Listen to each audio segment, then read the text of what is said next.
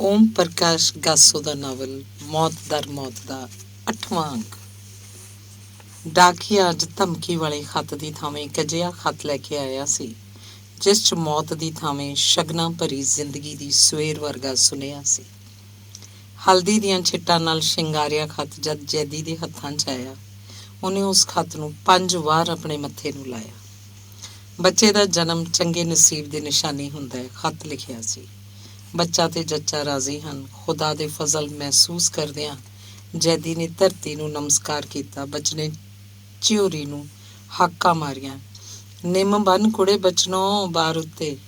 ਜੈਦੀ ਅੱਜ ਤੱਕ ਅਣਗਿਣਤ ਘਰਾਂ 'ਚ ਜਨਮ ਦੀ ਹਰੀ ਦੁੱਬ ਲੈ ਕੇ ਗਈ ਸੀ। ਅੱਜ ਹਰੀ ਦੁੱਬ ਦੇਣ ਵਾਲੇ ਉਹਦੇ ਦਰ ਤੇ ਆਉਣਗੇ। ਇਹਨਾਂ ਖੁਸ਼ੀਆਂ ਭਰੀਆਂ ਗੱਲਾਂ 'ਚ ਖੀਵੀ ਜੈਦੀ ਦਾ ਧਰਤੀ ਤੇ ਪੈਰ ਨਹੀਂ ਸੀ ਲੱਗ ਰਿਹਾ। ਜੈਦੀ ਨੂੰ ਆਪਣੇ ਘਰ 'ਚ ਜਨਮੇ ਇਸ ਨਿੱਕੇ ਜਿਹੇ ਚਾਨਣ ਨੇ ਜਿਵੇਂ ਮਹਿਕਾ ਦਿੱਤਾ ਹੋਵੇ। ਮਹਿਕ ਭਰੇ ਪਲਾਂ 'ਚ ਜੈਦੀ ਨੂੰ ਮੁੜ ਮੁੜ ਰਾਧੇ ਦੀ ਯਾਦ ਆ ਰਹੀ ਸੀ।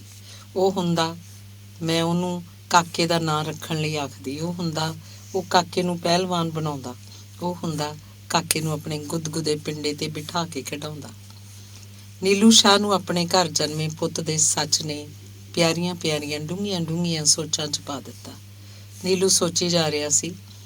ਬੱਚਾ ਨਿੱਕੀ ਜਿਹੀ ਮੋਮਬੱਤੀ ਦੇ ਨਵੇਂ ਨੈਣ ਨਕਸ਼ ਸਮਾਜਿਕ ਮਾਨਚਿੱਤਰ ਉੱਤੇ ਨਵੀਆਂ ਲਕੀਰਾਂ ਖਿੱਚਦੇ ਹਨ। ਜ਼ਿੰਦਗੀ ਦੇ ਖੁਸ਼ਬੂਦਾਰ ਗੁਲਾਬੀ ਫੁੱਲ ਵਿੱਚ ਇੱਕ ਹੋਰ ਪੱਤੀ ਆ ਜਾਂਦੀ ਹੈ। ਨੀਲੂ ਦੀ ਸੋਚ ਤੁਰਦੀ ਤੁਰਦੀ ਦੁਨੀਆ ਦੀਆਂ ਮਹਾਨ ਸ਼ਖਸੀਅਤਾਂ ਤੱਕ ਪੁੱਜ ਗਈ। ਨਾਨ, ਗੁਰੂ ਗੋਬਿੰਦ, ਲੈਨਨ, ਮਾਓ ਜ਼ੇਤੋਂਗ, ਵਿਵੇਕਾਨੰਦ, ਡਾਰਵਿਨ, ਫਰਾਇਡ, ਮਾਰਕਸ ਨੂੰ ਯਾਦ ਕਰਦਿਆਂ ਕਰਦਿਆਂ ਨੀਲੂ ਨੂੰ ਹਿਟਲਰ ਤੇ ਮੁਸਲੀਨੀ ਵੀ ਯਾਦ ਆ ਗਏ। ਹਿਟਲਰ ਸੁਣਿਆ ਚਿੱਤਰਕਾਰ ਬਣਨਾ ਚਾਹੁੰਦਾ ਸੀ। ਚੌਥੀ ਜਮਾਤ 'ਚ ਹਿਟਲਰ ਦਾ ਬਾਪ ਹਿਟਲਰ ਨੂੰ ਬਹੁਤ ਮਾਰਦਾ ਹੁੰਦਾ ਸੀ। ਹਾਂ, ਬੱਚਿਆਂ ਨੂੰ ਕੁੱਟਣਾ ਨਹੀਂ ਚਾਹੀਦਾ। ਬੱਚੇ ਤਾਂ ਫੁੱਲ ਹੁੰਦੇ ਨੇ, ਕੁੱਟੇ ਤੋਂ ਬੱਚੇ ਮੁਰਝਾ ਜਾਂਦੇ ਨੇ। ਪਰ ਉਹ ਕੰਜਰ ਕਿਸਮ ਦਾ ਨੀਲੂ ਦੇ ਸਕੂਲ 'ਚ ਉਹਦੇ ਨਾਲ ਪੜ੍ਹਾਉਂਦਾ ਮਾਸਟਰ ਜੀ ਨੂੰ ਨੀਲੂ ਹੀ ਨਹੀਂ, ਸਗੋਂ ਸਾਰੇ ਜਣੇ ਜਿਹੜੇ ਉਹਦੀ ਜ਼ਹਿਨੀਅਤ ਨੂੰ ਜਾਣਦੇ ਸਨ, ਉਹ ਦਮੂਲ ਕਹਿ ਕੇ ਸੱਦਦੇ ਸਨ। ਉਹ ਤਾਂ ਕਹਿੰਦਾ ਰਹਿੰਦਾ, ਨੀਲੂ ਖਾਨ ਦੇ ਪਿਆਰ ਨੇ ਤੇ ਸਨੇਹ ਨੇ ਸਾਰਾ ਸਕੂਲ ਪੱਟਤਾ। ਤੇ ਫਿਰ ਉਹ ਕਦੇ ਕਦੇ ਤਾਂ ਪਟਪੀਚਣੇ ਵਾਂਗ ਬਹੁਤ ਹੀ ਪਿੜ ਕਰਦਾ ਰਹਿੰਦਾ। ਖੁਰਪੇ ਤੇ ਜਵਾਕ ਨੂੰ ਜਿੰਨਾ ਚੰਡੋ ਚੰਗਾ ਚੱਲਦਾ। ਬਸ ਇਸ ਤਰ੍ਹਾਂ ਦੀਆਂ ਉਡਾਰੀਆਂ 'ਚ ਉਲਝੇ ਨੀਲੂ ਖਾਨ ਨੂੰ ਭਗਤ ਸਿੰਘ ਵਰਗੇ ਸ਼ਹੀਦ ਯਾਦ ਆਏ। ਤੇ ਫਿਰ ਆ ਉਹਦੇ ਆਪਣੇ ਪਿੰਡ ਵਾਲੇ ਬੋਧਾ, ਬਿੱਕਰ, ਜਿੰਦਰ, ਜੈਲਾ। ਨਹੀਂ ਨਹੀਂ, ਹਰ ਇੱਕ ਬੱਚਾ ਜ਼ਿੰਦਗੀ ਦਾ ਗੁਲਾਬੀ ਫੁੱਲ ਨਹੀਂ ਬਣਦਾ, ਸਗੋਂ ਐਟਮ ਬੰਬ ਵਰਗੀ ਵਸਤੂ ਬਣ ਕੇ ਜ਼ਿੰਦਗੀ ਲਈ ਕਲੰਕ ਵੀ ਸਿੱਧ ਹੁੰਦਾ ਹੈ। ਮੁਸਲੋਨੀ ਮਨੁੱਖਤਾ ਦੇ ਮੱਥੇ ਉੱਤੇ ਕਲੰਕ ਹੀ ਸੀ। ਜਿਨ੍ਹਾਂ ਤੇ ਗਾਂਧੀ ਇਸ ਮੁਲਕ ਦੇ ਲੋਕਾਂ ਨੂੰ ਕੀ ਦੇ ਕੇ ਗਏ। ਲਹੂ ਚੋਂਦੇ ਥਣਾ ਵਾਲੀ ਗਾਂ ਦਾ ਦੁੱਧ ਅਜੇ ਵੀ ਇੱਥੇ ਸਿੱਖ, ਮੁਸਲਮਾਨ ਤੇ ਹਿੰਦੂਆਂ ਦੇ ਬੁੱਲ ਲਹੂ ਦੇ ਤ੍ਰਿਹਾਏ ਕਿਉਂ ਨਹੀਂ। ਨੀਲੂ ਦੀਆਂ ਅੱਖਾਂ ਅੱਗੇ ਲਹੂ ਭਿੱਜੀਆਂ ਇਹਨਾਂ ਗੱਲਾਂ ਨੇ ਸਮੇਂ ਨੂੰ ਇੱਕ ਚਰਗਲ ਜਿਹੀ 'ਚ ਬਦਲ ਦਿੱਤਾ। ਇਸ ਘੁੱਪ ਹਨੇਰੇ 'ਚ ਫਸਿਆ ਨੀਲੂ ਸੋਚਦਾ ਰਿਹਾ ਕਿ ਮੇਰਾ ਬੱਚਾ ਵੀ ਇੱਟਾਂ ਖਾਤਰ ਲੜਨ ਵਾਲਿਆਂ 'ਚ ਰਲ ਜਾਏਗਾ। ਇੱਟਾਂ ਲਈ ਲੜਨ ਵਾਲੇ ਇੱਟਾਂ ਵਰਗੇ ਬਣ ਕੇ ਰਹਿ ਜਾਂਦੇ ਨੇ। ਇੱਟਾਂ ਜਿਨ੍ਹਾਂ ਨੂੰ ਮਜ਼ਦੂਰ ਨੇ ਮਿੱਟੀ ਗੁੰਨ ਕੇ ਥੱਪਿਆ ਹੁੰਦਾ ਹੈ, ਜਿਨ੍ਹਾਂ ਨੂੰ ਮਜ਼ਦੂਰ ਨੇ ਆਵੇ 'ਚ ਅੱਗ ਪਾ ਕੇ ਪਕਾਇਆ ਹੁੰਦਾ ਹੈ। ਇਹ ਇੱਟਾਂ ਜਦੋਂ ਮਸਜਿਦ, ਮੰਦਰ, ਗੁਰਦੁਆਰੇ ਜਾਂ ਗਿਰਜੇ ਦੀਆਂ ਕੰਧਾਂ 'ਚ ਲੱਗ ਜਾਂਦੀਆਂ ਨੇ ਤਾਂ ਕਹਿਰ ਸਿੱਧ ਹੁੰਦੀਆਂ ਨੇ। ਇਹ ਇੱਟਾਂ ਮਨੁੱਖਤਾ ਨੂੰ ਲਹੂ ਲੁਹਾਨ ਕਰਦੀਆਂ ਰਹੀਆਂ, ਪਰ ਇਤਿਹਾਸ ਗਵਾਹ ਹੁੰਦਾ ਹੋਇਆ ਵੀ ਚਲਾਕੀ ਕਰਦਾ ਚੁੱਪ ਰਹਿ ਜਾਂਦਾ ਹੈ। ਇੱਟਾਂ ਖਾਤਰ ਰਾਮ ਜਨਮ ਭੂਮੀ ਤੇ ਮਸਜਿਦ ਦੇ ਝਗੜੇ ਨੂੰ ਲੈ ਕੇ ਉਹਦੇ ਪੁੱਤ ਦਾ ਨਾਨਾ ਨਾਅਰੇ ਲਾਉਂਦਾ ਫਿਰਦਾ ਹੈ, ਮੁਸਲਮਾਨੋ ਉੱਠੋ, ਤੁਹਾਡੀ ਮਸਜਿਦ ਪੁਕਾਰਦੀ ਹੈ। ਤੇ ਉਧਰ ਬੂਬਣੇ ਸਾਧ ਸੰਖ ਫੜੀ ਫਿਰਦੇ ਨੇ ਤੇ ਸਿਆਸਤ ਦੇ ਸੱਪ ਲੁਕਾਈ ਨੂੰ ਡੰਗਦੇ ਨੇ। ਨੀਲੂ ਦੇ ਮੂੰਹ ਤੜਪਦਿਆਂ ਤੜਪਦਿਆਂ ਇਹ ਸ਼ਬਦ ਆਪ ਮੁਹਾਰੇ ਬੋਲੇ ਗਏ, ਸਾਲੇ ਕੁੱਤੇ ਕਦੇ ਮਨੁੱਖਤਾ ਲਈ ਤਾਂ ਉੱਠੇ ਨਹੀਂ, ਇੱਟਾਂ ਲਈ ਸਿਰ ਮਾਰਦੇ ਫਿਰਦੇ ਨੇ। ਠੀਕ ਹੈ ਬੱਚਾ, ਕਲਾ ਤੇ ਕਹਿਰ ਵਿੱਚੋਂ ਕੁਝ ਵੀ ਬਣ ਸਕਦਾ ਹੈ। ਹਿਟਲਰ ਨੂੰ ਕਲਾਕਾਰ ਬਣਦੇ ਬਣਦੇ ਨੂੰ ਕਾਤਲ ਬਣਾ ਦਿੱਤਾ। ਬੱਚਾ ਇੱਕ ਨਿੱਕੀ ਜਿਹੀ ਆਸ ਹੁੰਦੀ ਹੈ। ਨਿੱਕੀ ਜਿਹੀ ਇਸ ਆਸ ਨੂੰ ਇਹ ਫੂਕਾ ਮਾਰ ਮਾਰ ਸਿੱਖ, ਹਿੰਦੂ, ਮੁਸਲਮਾਨ, ਈਸਾਈ, ਜੈਨੀ, ਬੁੱਧੀ, ਯਹੂਦੀ ਬਣਾ ਕੇ ਬੁਝਾ ਦਿੰਦੇ ਆ ਤੇ ਫਿਰ ਉਹ ਮਨੁੱਖ ਨਹੀਂ, ਸਗੋਂ ਇੱਕ ਵਿਸ਼ੇਸ਼ ਰੰਗ ਬਣ ਜਾਂਦਾ ਹੈ। ਨੀਲੂ ਸੋਚੀ ਜਾ ਰਿਹਾ ਸੀ ਉਹ ਆਪਣੇ ਪੁੱਤ ਦੀ ਸੁੰਨਤ ਨਹੀਂ ਕਰਾਏਗਾ, ਸੁੰਨਤ ਨਾਲ ਉਹ ਮੁਸਲਮਾਨ ਹੋ ਜਾਏਗਾ। ਮੈਨੂੰ ਕੀ ਹੱਕ ਹੈ ਉਹਦੀ ਰਜ਼ਾ ਤੋਂ ਬਿਨਾਂ ਉਹਨੂੰ ਮੁਸਲਮਾਨ ਬਣਾਉਣ ਦਾ। ਮੇਰੇ ਘਰ ਉਹ ਮਨੁੱਖ ਜਨਮਿਆ, ਮਨੁੱਖ ਹੀ ਰਹਿਣਾ ਚਾਹੀਦਾ ਹੈ।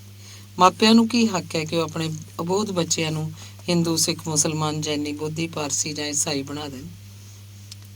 ਮਾਪੇ ਆਪਣੇ ਬੱਚਿਆਂ ਨੂੰ ਇੱਕ ਖਾਸ ਸਾਂਚੇ 'ਚ ਢਾਲ ਕੇ ਉਹਨਾਂ ਨੂੰ ਪੁਤਲੀਆਂ ਜਿਹੀਆਂ ਬਣਾ ਦਿੰਦੇ ਆ। ਇਸ ਪ੍ਰਕਾਰ ਦੀਆਂ ਸੋਚਾਂ ਸੋਚਦਿਆਂ ਨੀਲੂ ਦਾ ਦਿਲ ਤੇ ਦਿਮਾਗ ਕੁਝ ਕੁ ਹਲਕਾ ਜਿਹਾ ਹੋ ਗਿਆ। ਉਹਨੂੰ ਇਸ ਖਿਆਲ ਨੇ ਕੁਝ ਕੁ ਸੌਖਾ ਕੀਤਾ, ਹਾਂ ਭਖੜੇ ਹੇਠ ਭਖੜੇ, ਕੋਲ ਅਲੇਹੇ ਸੂਲਾਂ ਹੇਠ ਸੂਲਾਂ, ਪੁੱਠ ਕੰਡਿਆਂ ਹੇਠ ਪੁੱਠ ਕੰਡੇ ਜਦੋਂ ਤੱਕ ਪੈਦਾ ਹੁੰਦੇ ਰਹਿਣਗੇ, ਉਸ ਵੇਲੇ ਤੱਕ ਮਨੁੱਖਤਾ ਦੇ ਪੈਰ ਲਹੂ ਲਹਾਨ ਹੁੰਦੇ ਰਹਿਣਗੇ। ਤੇ ਇੰਝ ਹੀ ਤਾਂ ਫਿਰ ਮਨੁੱਖਤਾ ਮੋੜੀਆਂ, ਵਾੜਾਂ, ਝਾੜ ਝਾਫਿਆਂ 'ਚ ਉਲਝਦੀ ਲਹੂ ਲੁਹਾਨ ਹੋ ਜਾਂਦੀ ਹੈ। ਇਸ ਪ੍ਰਕਾਰ ਦੇ ਖਿਆਲਾਂ 'ਚ ਖੁੱਭਿਆ ਨੀਲੂ ਪਿੰਡ ਦੇ ਬਾਹਰਲੇ ਪਹੇ ਨੂੰ ਪਾਰ ਕਰਕੇ ਹੁਣ ਕਿੱਕਰਾਂ ਦੀ ਵਣੀ 'ਚ ਪੁੱਜ ਗਿਆ ਸੀ। ਉਹ ਕਾਲੀਆਂ ਕਾਲੀਆਂ ਕਿੱਕਰਾਂ ਦੇ ਝੁੰਡ ਵਿਚਕਾਰ ਖੜਾ ਹੁਣ ਕਾਲੀਆਂ ਕਿੱਕਰਾਂ ਦੀ ਵਣੀ 'ਚ ਮੋਟੀ ਸਾਰੀ ਕਾਲੀ ਕਾਲੀ ਹਵਾ ਤੇ ਹਨੇਰੀ ਨਾਲ ਡਿੱਗੀ ਕਿੱਕਰ ਉੱਤੇ ਬੈਠ ਗਿਆ। ਮੀਂਹ, ਹਵਾ, ਝੱਖੜ ਤੇ ਹਨੇਰੀ ਦੀ ਮਾਰ 'ਚ ਆਈ ਧਰਤੀ ਉੱਤੇ ਡਿੱਗੀ ਕਿੱਕਰ ਦੇ ਇੱਕ ਟਾਹਣੇ ਉੱਤੇ ਬੈਠਦਿਆਂ ਨੀਲੂ ਨੂੰ ਇੱਕ ਝੂਟਾ ਜਿਹਾ ਆਇਆ। ਦਰਖਤ ਦੇ ਟਾਹਣੇ ਦੇ ਹਿੱਲਣ ਨਾਲ ਆਏ ਝੂਟੇ ਦੀ ਤਰੰਗ 'ਚੋਂ ਗੁਆਚੇ ਨੀਲੂ ਨੂੰ ਕਿੱਕਰਾਂ ਦੀ ਵਣੀ 'ਚ ਸੱਪਾਂ ਦੀ ਬਰਮੀ ਨਜ਼ਰ ਆਈ। ਤੇ ਇਹ ਕਿਹੋ ਜਿਹਾ ਪੰਜਾਬ 'ਚ ਝੱਖੜ ਵਗ ਪਿਆ ਜਿਹੜਾ ਬੋਹੜ ਵਰਗੇ ਮੋਟੇ ਮਜ਼ਬੂਤ ਥੜੇ ਵਾਲੇ ਦਰਖਤ ਨੂੰ ਪੁੱਟ ਗਿਆ। ਪੰਜਾਬ ਜਿਹੜਾ ਕਦੇ ਵੀ ਸੰਪਰਦਾਇਕ ਨਹੀਂ ਸੀ, ਇਹ ਕੌਣ ਹੈ ਜਿਹੜਾ ਇਹਦੇ ਮੱਥੇ ਸੰਪਰਦਾਇਕਤਾ ਦਾ ਕਾਲਾ ਟਿੱਕਾ ਲਾ ਗਿਆ ਹੈ? ਇਹ ਕੀ? ਨੀਲੂ ਨੇ ਟਾਹਣੇ ਤੇ ਬੈਠੇ ਨੇ ਆਪਣੀਆਂ ਲਮਕਦੀਆਂ ਲੱਤਾਂ ਨੂੰ ਤਾਂ ਚੁੱਕ ਲਿਆ। ਇਹ ਕੀ? ਵਣੀ ਵਾਲੀ ਬਰਮੀ 'ਚ ਕਿੰਨੇ ਸੱਪ ਆ ਕੇ ਉਹਦੀਆਂ ਲੱਤਾਂ ਨੂੰ ਡੰਗਣ ਲਈ ਫਣ ਚੁੱਕ ਰਹੇ ਨੇ। ਇਹ ਕੀ? ਵਣੀ ਦੀਆਂ ਕਾਲੀਆਂ ਕਾਲੀਆਂ ਕਿੱਕਰਾਂ ਪੁਲਿਸ, CRP ਦੇ ਬੰਦੂਕਾਂ ਵਾਲੇ ਸਿਪਾਹੀ ਕਿਵੇਂ ਬਣ ਗਿਆ? ਹਾਂ, ਉਹਦਾ ਪੰਜਾਬ ਵੀ ਤਾਂ ਜਿਸ ਤਰ੍ਹਾਂ ਦੀਆਂ ਬੰਦੂਕਾਂ ਨਾਲ ਘਿਰਿਆ ਪਿਆ। ਇਸ ਮਗਰੋਂ ਨੀਲੂ ਅੰਦਰ ਮਜ਼ਲੂਮ ਜਿਹਾ ਅਹਿਸਾਸ ਪੈਦਾ ਹੋਇਆ। ਇਸ ਮਜ਼ਲੂਮ ਅਹਿਸਾਸ ਵਿੱਚ ਉਹਨੂੰ ਆਪਣੇ ਪਿੰਡ ਵਾਲਾ ਬੋਧਾ ਦਿਸਿਆ। ਬੁੱਧ ਸਿੰਘ ਪਹਿਲਾਂ ਇੱਕ ਅਣਭੋਲ ਪੰਛੀ ਵਰਗਾ ਬੰਦਾ ਸੀ। ਸ਼ੱਕ 'ਚ ਇੱਕ ਦਿਨ ਕਾਲੇ ਬੂਟਾਂ ਦੀ ਧਾੜ ਨੇ ਬੋਧੇ ਨੂੰ ਆ ਕੇ ਘੇਰ ਲਿਆ ਸੀ। ਬੋਧੇ ਨੂੰ ਫੜ ਕੇ ਲੈ ਗਏ। ਬੋਧੇ ਨੂੰ ਕੁੱਟ-ਕੁੱਟ ਕੇ ਬੇਹਾਲ ਕਰਤਾ। ਕੁੱਟੇ ਟੁੱਟੇ ਜਾਨ ਤੋੜ ਰਹੇ ਬੋਧੇ ਨੇ ਪਾਣੀ ਮੰਗਿਆ। ਉਹਦੇ ਮੂੰਹ 'ਚ ਰੇਤ ਪਾ ਦਿੱਤੀ ਗਈ। ਬੋਧੇ ਨੇ ਹਾਏ ਪਾਣੀ ਆਖਿਆ। ਉਹਦੇ ਮੂੰਹ 'ਚ ਮੂਤ ਪਾ ਦਿੱਤਾ ਗਿਆ। ਪਿੰਡ 'ਚ ਬੁੱਧ ਸਿੰਘ ਦੇ ਮਾਪਿਆਂ ਤੋਂ ਬਿਨਾਂ ਸਿਰਫ ਨੀਲੂ ਹੀ ਬੁੱਧ ਸਿੰਘ ਦਾ ਪਤਾ ਲੈਣ ਗਿਆ ਸੀ। ਬੁੱਧ ਸਿੰਘ ਨੀਲੂ ਕੋਲ ਰੋਂਦਾ ਰਿਹਾ ਸੀ। ਨੀਲੂ ਨੇ ਤੇ ਬੁੱਧ ਸਿੰਘ ਦੋਹਾਂ ਨੇ ਆਪਣੇ ਨਾਲ ਹੋਏ ਤਸ਼ੱਦਦ ਦੀਆਂ ਕਹਾਣੀਆਂ ਕਹੀਆਂ ਸਨ। ਹੁਣ ਜਦ ਕਦੇ ਵੀ ਕੋਈ ਵਾਰਦਾਤ ਹੋ ਜਾਂਦੀ, ਬੋਧੇ ਨੂੰ ਜਕੜ ਲਿਆ ਜਾਂਦਾ। ਆਖਿਰਕਾਰ ਬੋਧਾ ਆਪ ਹੀ ਥਾਣੇ ਦੇ ਸਾਹਮਣੇ ਬੈਠਾ ਰਹਿੰਦਾ ਤਾਂ ਕਿ ਥਾਣੇ ਵਾਲੇ ਇਸ ਗੱਲ ਦੀ ਗਵਾਹੀ ਭਰ ਦੇਣ ਕਿ ਵਾਰਦਾਤ ਸਮੇਂ ਬੋਧਾ ਤਾਂ ਉਹਨਾਂ ਦੇ ਸਾਹਮਣੇ ਦੁਕਾਨ ਤੇ ਬੈਠਾ ਸੀ। ਪਰ ਬੋਧੇ ਨੂੰ ਜਦ ਕਿਸੇ ਤਰ੍ਹਾਂ ਵੀ ਛੱਡਿਆ ਨਾ ਗਿਆ ਤਾਂ ਬੋਧੇ ਨੂੰ ਮੱਲੋ ਮੱਲੀ ਅੱਤਵਾਦੀ ਬਣਨਾ ਪਿਆ। ਜਾਨ ਤੋੜ ਰਹੇ ਬੋਧੇ ਦੇ ਮੂੰਹ 'ਚ ਜਿਨ੍ਹਾਂ ਨੇ ਰੇਤ ਤੇ ਮੂਤ ਪਾਇਆ ਸੀ, ਬੋਧੇ ਨੇ ਉਹਨਾਂ ਨੂੰ ਮੁਕਾ ਕੇ ਜ਼ਿੰਮੇਵਾਰੀ ਆਪਣੇ ਸਿਰ ਲੈ ਲਈ ਸੀ। ਕਾਲੀਆਂ ਕਾਲੀਆਂ ਕਿੱਕਰਾਂ ਦੀ ਕਾਲੀ ਕਾਲੀ ਸੰਘਣੀ ਬਣੀ 'ਚ ਬੈਠਿਆਂ ਸੱਪਾਂ ਦੀ ਬਰਮੀ ਵੱਲ ਵੇਖਦਿਆਂ ਨੀਲੂ ਨੂੰ ਬੋਧੇ ਦੀਆਂ ਹੋਈਆਂ ਬੀਤੀਆਂ ਗੱਲਾਂ ਹੀ ਚੇਤੇ ਨਾ ਆਈਆਂ, ਸਗੋਂ ਦੂਰ ਸਾਰੇ ਆਪਣੇ ਪਿਆਰੇ ਤੇ ਅਣਭੋਲ ਮਿੱਤਰ ਬੋਧੇ ਦਾ ਝੋਲਾ ਜਿਹਾ ਪਿਆ। ਨੀਲੂ ਇੱਕ ਪਾਸੇ ਵੇਖੀ ਵੀ ਜਾਂਦਾ ਰਿਹਾ ਕਿ ਕਿਵੇਂ ਉਹਦੇ ਸ਼ਹਿਦ ਵਰਗੇ ਮਿੱਠੇ ਦੋਸਤ ਬੁੱਧ ਸਿੰਘ ਨੂੰ ਸਟੇਟ ਨੇ ਕੀ ਦਾ ਕੀ ਬਣਾ ਦਿੱਤਾ। ਇੱਕ ਪਾਸੇ ਸਟੇਟ ਲੋਕਤੰਤਰ ਦਾ ਸਾਊ ਮੁਖੌਟਾ ਚਾੜ ਕੇ ਅਣਭੋਲ ਸੋਚ ਨੂੰ ਆਪਣੇ ਪਿੱਠੂ ਬਣਾ ਲੈਂਦੀ ਹੈ। ਦੂਜੇ ਪਾਸੇ ਬੋਧੇ ਵਰਗੇ ਸਾਊ ਬੰਦਿਆਂ ਨੂੰ ਮਾਰ-ਮਾਰ ਕੁੱਟ-ਕੁੱਟ ਨਿਹੱਥਿਆਂ, ਨਿਰਦੋਸ਼ੀਆਂ ਤੇ ਨਿਆਸਰਿਆਂ ਤੋਂ ਦਹਿਸ਼ਤ ਪਸੰਦ ਬਣਾ ਕੇ ਉੱਜੜ ਰਾਹਾਂ ਤੇ ਲਿਆ ਸੁੱਟਦੀ ਹੈ। ਆਪਣੇ ਹੱਥੀਂ ਫੈਲਾਈ ਬਿਮਾਰੀ ਦਾ ਇਲਾਜ ਕਰਨ ਦਾ ਪ੍ਰਚਾਰ ਕਰਕੇ ਲੋਕਾਂ ਨੂੰ ਮੁੜ ਬੁੱਧੂ ਬਣਾਉਂਦੀ ਰਹਿੰਦੀ ਹੈ। ਨੀਲੂ ਨੂੰ ਇਹਨਾਂ ਕਾਲੀਆਂ ਕਾਲੀਆਂ ਕਿੱਕਰਾਂ 'ਚ ਬੈਠਿਆਂ ਕਾਲੀਆਂ ਗੱਲਾਂ ਨੇ ਜਦ ਆ ਘੇਰਿਆ ਤਦ ਉਹਦੇ ਅੰਦਰੋਂ ਇੱਕ ਪ੍ਰਸ਼ਨ ਉੱਠ ਕੇ ਹਵਾ 'ਚ ਫੈਲ ਰਿਹਾ ਸੀ।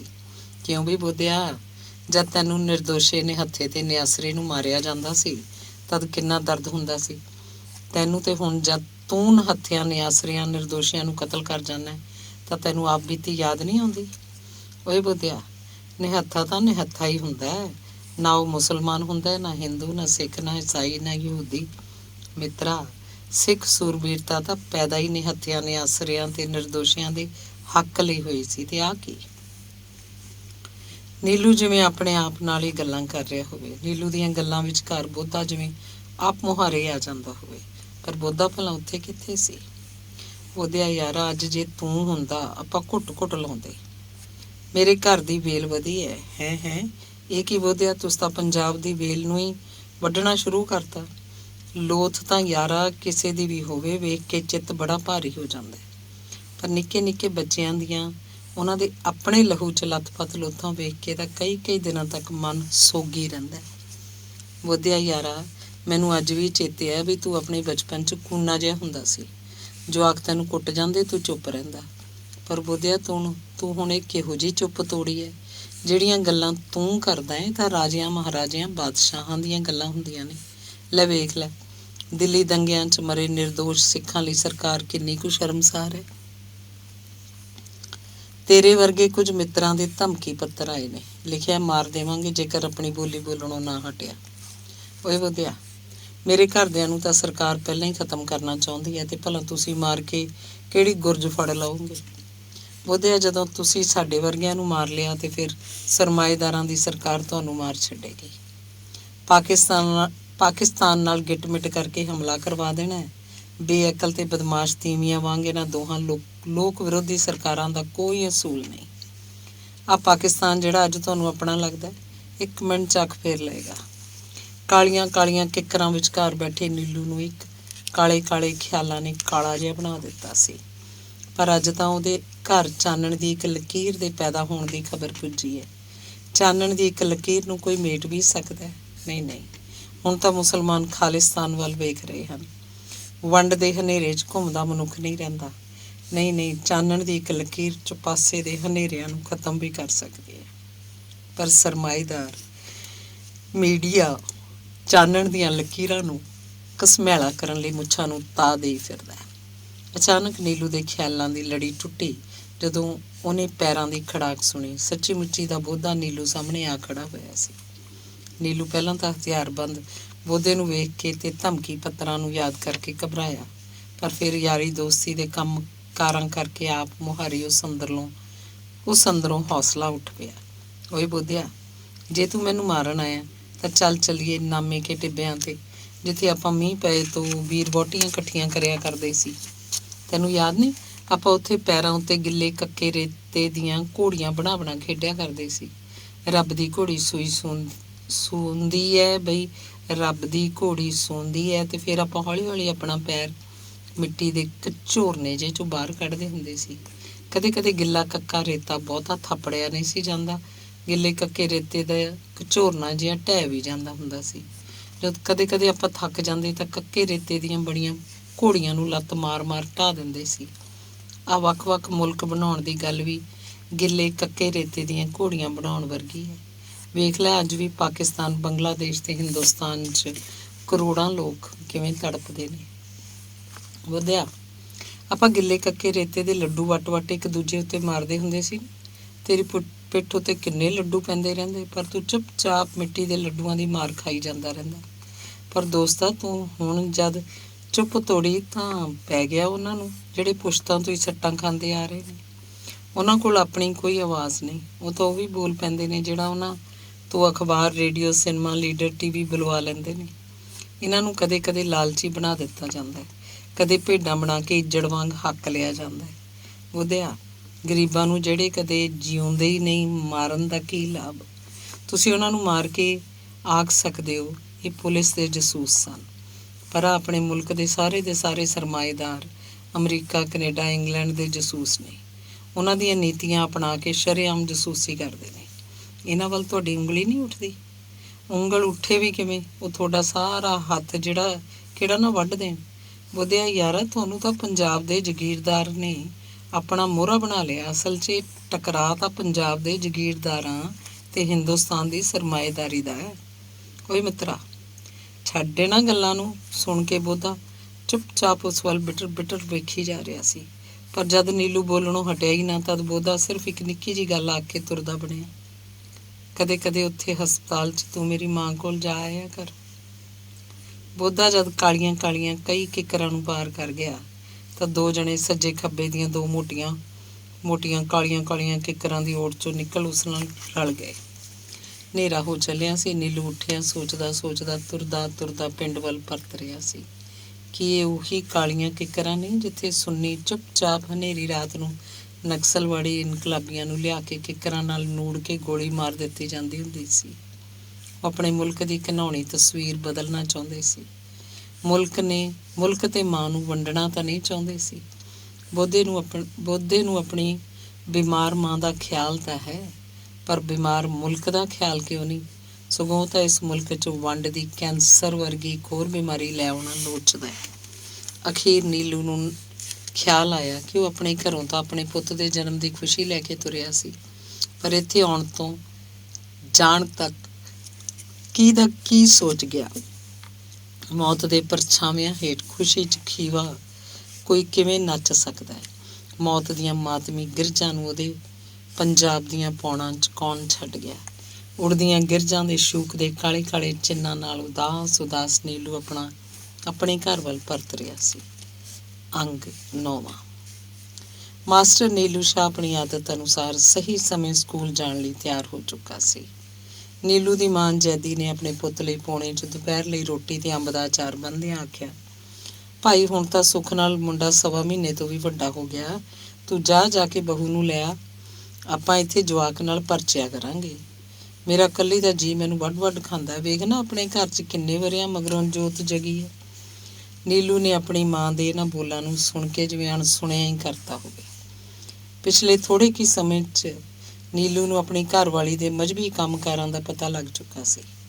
ਨੀਲੂ ਜਦ ਕਦੀ ਆਪਣੀ ਘਰਵਾਲੀ ਨੂੰ ਸਮਝਾਉਣ ਲੱਗਦਾ ਤਾਂ 2-2 ਘੰਟੇ ਲਗਾਤਾਰ ਸਮਝਾਉਂਦਾ ਹੀ ਰਹਿੰਦਾ, ਪਰ ਇੰਨਾ ਕੁਝ ਸਮਝਾਉਣ ਬੁਝਾਉਣ ਮਗਰੋਂ ਵੀ ਨੀਲੂ ਦੀ ਘਰਵਾਲੀ ਰਫੀਕਾ ਦਾ ਆਪਣੇ ਪਿਓ ਵਾਲਾ ਹੀ ਪੈਂਤਰਾ ਹੁੰਦਾ ਸੀ। ਨੀਲੂ ਆਪਣੀ ਘਰਵਾਲੀ ਦੇ ਮਜ਼੍ਹਬੀ ਸੰਸਕਾਰਾਂ ਨੂੰ ਵੇਖ ਸੋਚੀ ਪੈ ਜਾਂਦਾ, ਸੋਚਦਾ ਰਹਿੰਦਾ ਮਜ਼੍ਹਬੀ ਝਗੜਿਆਂ ਵੇਲੇ ਸਭ ਤੋਂ ਵੱਧ ਤ੍ਰੀਮਤੀ ਖੱਜਲ ਖੁਆਰ ਤੇ ਬੇਇੱਜ਼ਤ ਹੁੰਦੀ ਹੈ, ਪਰ ਇਹਨੂੰ ਇਸ ਖਤਰੇ ਦਾ ਭੋਰਾ ਭਰ ਵੀ ਖਬਰ ਨਹੀਂ। ਫਜ਼ਲ ਸਾਈਂ ਦਾ ਇਹ ਮਜ਼ਹਬੀ ਜਨੂੰਨ ਕਿਹੋ ਜਿਹੀ ਮਿੱਠੀ ਜ਼ਹਿਰ ਹੈ, ਮਿੱਠਾ ਮੋਹਰਾ। ਇਸ ਪ੍ਰਕਾਰ ਦੇ ਖਿਆਲਾਂ 'ਚ ਖੁੱਭਿਆ ਨੀਲੂ ਆਪਣੇ ਪਿੰਡ ਤੋਂ ਲਾਗਲੇ ਪਿੰਡ ਦੇ ਸਕੂਲ 'ਚ ਪਾਣੀ ਨੌਕਰੀ ਲਈ ਪਗਡੰਡੀ ਉੱਤੇ ਹੌਲੀ ਸਾਈਕਲ ਚਲਾਉਂਦਾ ਜਾ ਰਿਹਾ ਸੀ। ਇਸ ਵਿਚਕਾਰ ਉਹਨੂੰ ਰਫੀਕਾ ਦੇ ਮੂੰਹ ਭਰੇ ਸ਼ਬਦ 'ਚ ਬੋਲ ਚੇਤੇ ਆਏ, ਲਓ ਜੀ ਵੇਖ ਲਓ, ਸਾਰੇ ਦਾ ਸਾਰਾ ਤੁਹਾਡੇ ਤੇ ਗਿਆ, ਪਰ ਇਹਨੂੰ ਮੈਂ ਤੁਹਾਡੇ ਵਰਗਾ ਨਹੀਂ ਬਣਨ ਦੇਣਾ। ਹਾਂ ਇਹਨੂੰ ਮੇਰੇ ਵਰਗਾ ਕਾਹਨੂੰ ਬਣਨ ਦੇਵੇ?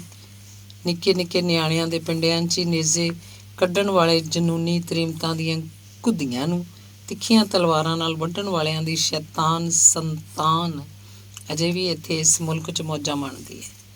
ਜਨੂਨੀ ਲੋਕਾਂ ਨੂੰ ਜਨੂਨ ਦੀ ਅੱਗ 'ਚ ਮਚਾ ਕੇ ਵੀ ਮੌਜਾਂ ਮਾਣਦੇ ਰਹਿੰਦੇ ਨੇ। ਨੀਲੂ ਇਹਨਾਂ ਖਿਆਲਾਂ 'ਚ ਉਲਝਿਆ ਨਿੱਕੀ ਜਿਹੀ ਪਗਡੰਡੀ ਉੱਤੇ ਆਪਣਾ ਸਾਈਕਲ ਚਲਾਈ ਜਾ ਰਿਹਾ ਸੀ। ਕਦੇ ਉਹ ਸੰਨ 47 ਦੇ ਜਨੂਨੀ ਫਸਾਦਾਂ 'ਚ ਫਸ ਜਾਂਦਾ ਤੇ ਕਦੇ ਆਪਣੇ ਨਿੱਕੇ ਨਿਆਣੇ ਨੂੰ ਬੁੱਕਲ 'ਚ ਘੁੱਟ ਕੇ ਉਹਦੀ ਰੱਖਿਆ ਕਰਦਾ।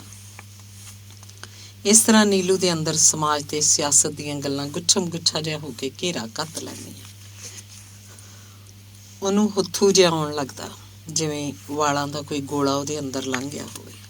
ਹਾਂ ਸਮਾਜ ਤਾਂ ਭੋਲਾ ਭੰਡਾਰਾ ਹੁੰਦਾ ਹੈ, ਉਹਦੀ ਰਫੀਕਾਂ ਵੀ ਭੋਲੀ ਹੈ। ਜਨਤਾ ਤਾਂ ਜ਼ਿੰਦਗੀ ਦਾ ਜ਼ਹਿਰ ਪੀ ਕੇ ਵੀ ਆਪਣੇ ਮਿਜਾਜ਼ ਮੁਤਾਬਕ ਜਿਉਂਦੀ ਰਹਿੰਦੀ ਹੈ, ਪਰ ਸਿਆਸਤ ਦੇ ਚਿੱਤ 'ਚ ਜਦੋਂ ਬੁਰਾਈ ਉੱਠਦੀ ਹੈ, ਇਹ ਪ੍ਰੋਤਾਂ ਨੂੰ ਉਂਗਲ 'ਤੇ ਚੜ੍ਹਾ ਕੇ ਲੋਕਾਂ ਨੂੰ ਅੱਗ 'ਚ ਸੁਟਵਾ ਦਿੰਦੀ ਹੈ।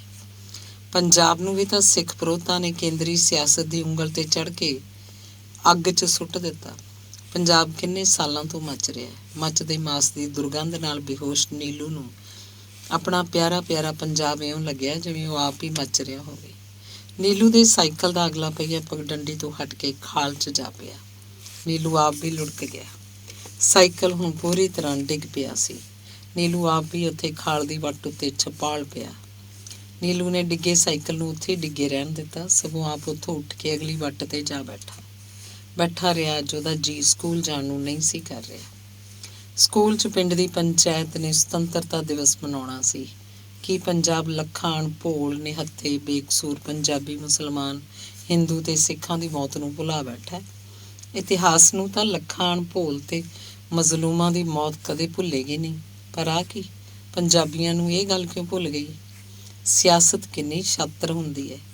ਪਹਾੜ ਜਿੱਡੀਆਂ ਸਿਆਸੀ ਗਲਤੀਆਂ ਉੱਤੇ ਮਿੱਟੀ ਪਾਉਣ ਲਈ ਅਹਿੰਸਾ, ਅਮਨ, ਗਾਂਧੀਵਾਦ, ਰਾਮਰਾਜ, ਰਾਸ਼ਟਰਵਾਦ, ਕੌਮ ਨੂੰ ਖਤਰੇ, ਅੱਤਵਾਦ, ਵੱਖਵਾਦ ਦੇ ਡਰਾਮੇ ਨਾਲ ਰਚਣ ਲੱਗ ਪੈਂਦੀ ਹੈ। ਇਸ ਪ੍ਰਕਾਰ ਦੇ ਖਿਆਲਾਂ ਨਾਲ ਨੀਲੂ ਦੀਆਂ ਅੱਖਾਂ ਸਿੱਲੀਆਂ ਹੋ ਗਈਆਂ। ਨੀਲੂ ਨੂੰ ਆਪਣਾ 1.25 ਮਹੀਨੇ ਦਾ ਬੱਚਾ ਨੇਜ਼ੇ 'ਚ ਲਟਕਿਆ ਦਿਸਿਆ। ਉਹਨੂੰ ਆਪਣੀ ਘਰ ਵਾਲੀ ਰਫੀਕਾ ਇੱਕ ਖੋਲੇ 'ਚ ਸਮੂਕ ਜ਼ਬਰ ਜਨਾਹ ਮਗਰੋਂ ਮਰੀ ਦਿਸੀ। ਸੰਨ 47 'ਚ ਇਸੇ ਤਰ੍ਹਾਂ ਹੀ ਤਾਂ ਹੋਇਆ ਸੀ। ਉਦੋਂ ਕੋਈ ਸਿੱਖ, ਮੁਸਲਮਾਨ ਤੇ ਹਿੰਦੂ ਨਹੀਂ ਸੀ ਰਿਹਾ। ਸਾਰੇ ਦੇ ਸਾਰੇ ਰਿੱਛ ਬਣ ਗਏ ਸਨ। ਉਦੋਂ ਅਹਿੰਸਾਵਾਦੀ ਗਾਂਧੀ ਦੀ ਅਹਿੰਸਾ ਕਿੱਥੇ ਗਈ ਸੀ? ਨਹਿਰੂ ਨੂੰ ਲੋਕ ਨਾਇਕ ਬਣਾਉਣ ਲਈ ਸਰਕਾਰ ਕੀ ਡਰਾਮੇ ਰਚਦੀ ਫਿਰ ਰਹੀ ਹੈ।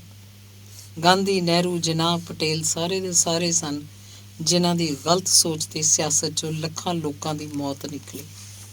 ਨੀਲੂ ਨੂੰ ਲੱਗਿਆ ਇਤਿਹਾਸ ਦੀ ਗਲਤੀ ਲਈ ਸਾਡੇ ਇਸ ਮੁਲਕ ਦੀਆਂ ਆਉਣ ਵਾਲੀਆਂ ਪੀੜ੍ਹੀਆਂ ਸੁਚੇਤ ਹੋਣਗੀਆਂ। ਪਰ ਆ ਕੀ? ਸੱਚ, ਹੱਕ ਦੇ ਇਤਿਹਾਸ ਦੇ ਉਪਾਸ਼ਕ ਨਿਹੱਥਿਆਂ, ਨਿਆਸਰਿਆਂ ਤੇ ਨਿਰਬਲਾਂ ਨੂੰ ਕਤਲ ਕਿਉਂ ਕਰਦੇ ਫਿਰਦੇ ਨੇ? ਧਰਮ ਤਾਂ ਆਖਦਾ ਹੁੰਦਾ ਨਿਰਬਲ ਕੇ ਬਲਰਾਮ, ਪਰ ਰਾਮ ਕਿੱਥੇ ਜਾ ਬੈਠਦਾ ਜਦੋਂ ਅਨਿਆਂ ਹੁੰਦਾ? ਸੰਨ 47 'ਚ ਰਾਮ ਸ਼ਾਇਦ ਵਿਦੇਸ਼ ਯਾਤਰਾ ਉੱਤੇ ਤੁਰ ਗਿਆ ਹੋਵੇ। ਇਸ ਪ੍ਰਕਾਰ ਦੀਆਂ ਗੱਲਾਂ ਬਾਰੇ ਨੀਲੂ ਸੋਚ ਰਿਹਾ ਸੀ ਕਿ ਪੰਜਾਬ 'ਚੋਂ ਉਹ ਗਾਂਧੀ ਦੀਆਂ ਸਾਰੀਆਂ ਤਸਵੀਰਾਂ ਇਕੱਠੀਆਂ ਕਰਕੇ ਸਤਲੁਜ ਦੇ ਪਾਣੀ 'ਚ ਸੁੱਟ ਆਵੇ ਤੇ ਉਹਨਾਂ ਦੀ ਥਾਵੇਂ ਗੁਰੂ ਗੋਬਿੰਦ ਸਿੰਘ ਜੀ ਦੇ ਸੰਤ ਸਿਪਾਹੀ ਵਾਲੇ ਚਿੱਤਰ ਹਰ ਘਰ 'ਚ ਲਾ ਦੇਵੇ। ਪਰ ਆ ਕਿ ਗੁਰੂ ਗੋਬਿੰਦ ਸਿੰਘ ਦੇ ਨਾਮ ਲੈਵੇ ਕਿੱਧਰ ਨੂੰ ਤੁਰ ਪਏ। ਇਸ ਖਿਆਲ ਨਾਲ ਨੀਲੂ ਦੇ ਜਿਵੇਂ ਦਮ ਉਖੜ ਗਏ ਹੋਣ। ਉਹ ਉਖੜੇ ਦਮ ਨਾਲ ਜਥੇਦਾਰ ਕੀ ਨਿੰਮ ਹੇਠ ਜਾ ਬੈਠਾ। ਕਾਫੀ ਦੇਰ ਤੱਕ ਉੱਥੇ ਹੀ ਪਿਆ ਰਿਹਾ। ਜਦ ਕੁਝ ਵੱਲ ਸਿਰ ਹੋਇਆ ਤਾਂ ਉੱਠਿਆ ਤੇ ਉੱਠ ਕੇ ਆਪਣੇ ਸਾਈਕਲ ਕੋਲ ਆਇਆ। ਸਾਈਕਲ ਚੁੱਕਿਆ, ਟੁੱਟੇ ਦਿਲ ਤੇ ਲੜਖੜਾਉਂਦੇ ਪੈਰਾਂ ਨਾਲ ਪਗਡੰਡੀ ਉੱਤੇ ਤੁਰਨ ਲੱਗਾ। ਡਿੱਗਦਾ ਡਿੱਗਦਾ ਤੁਰਦਾ ਨੀਲੂ ਦੇਸੂ ਦੇ ਮੁੰਡੇ ਆਪਣੇ ਆੜੀ ਰਾਮੂ ਦੇ ਕਤਲ ਬਾਰੇ ਸੋਚਣ ਲੱਗ ਪਿਆ। ਬਸ 20,000 ਦੀ ਲੁੱਟ ਲਈ ਕਿਸੇ ਗਰੀਬ ਦੀ ਜ਼ਿੰਦਗੀ ਨੂੰ ਗੁੱਲ ਕਰ ਦਿੱਤਾ। ਰਾਮ ਦੇ ਕਤਲ ਦੀ ਕਹਾਣੀ ਨੀਲੂ ਦੇ ਪੈਰਾਂ ਵਿੱਚ ਦੀ ਸੱਪ ਵਾਂਗ ਵਿੰਗ ਵਲ ਖਾਂਦੀ ਕਦੇ ਅੱਗੇ ਕਦੇ ਪਿੱਛੇ ਹੋ ਜਾਂਦੀ। ਦੇਸੂ ਦਾ ਰਾਮੂ ਬੁੱਧੇ, ਕਿੱਕਰ, ਜੱਗਰ, ਜੈਲੇ ਨਾਲ ਹੀ ਤਾਂ ਖੇਲਿਆ ਕਰਦਾ ਸੀ।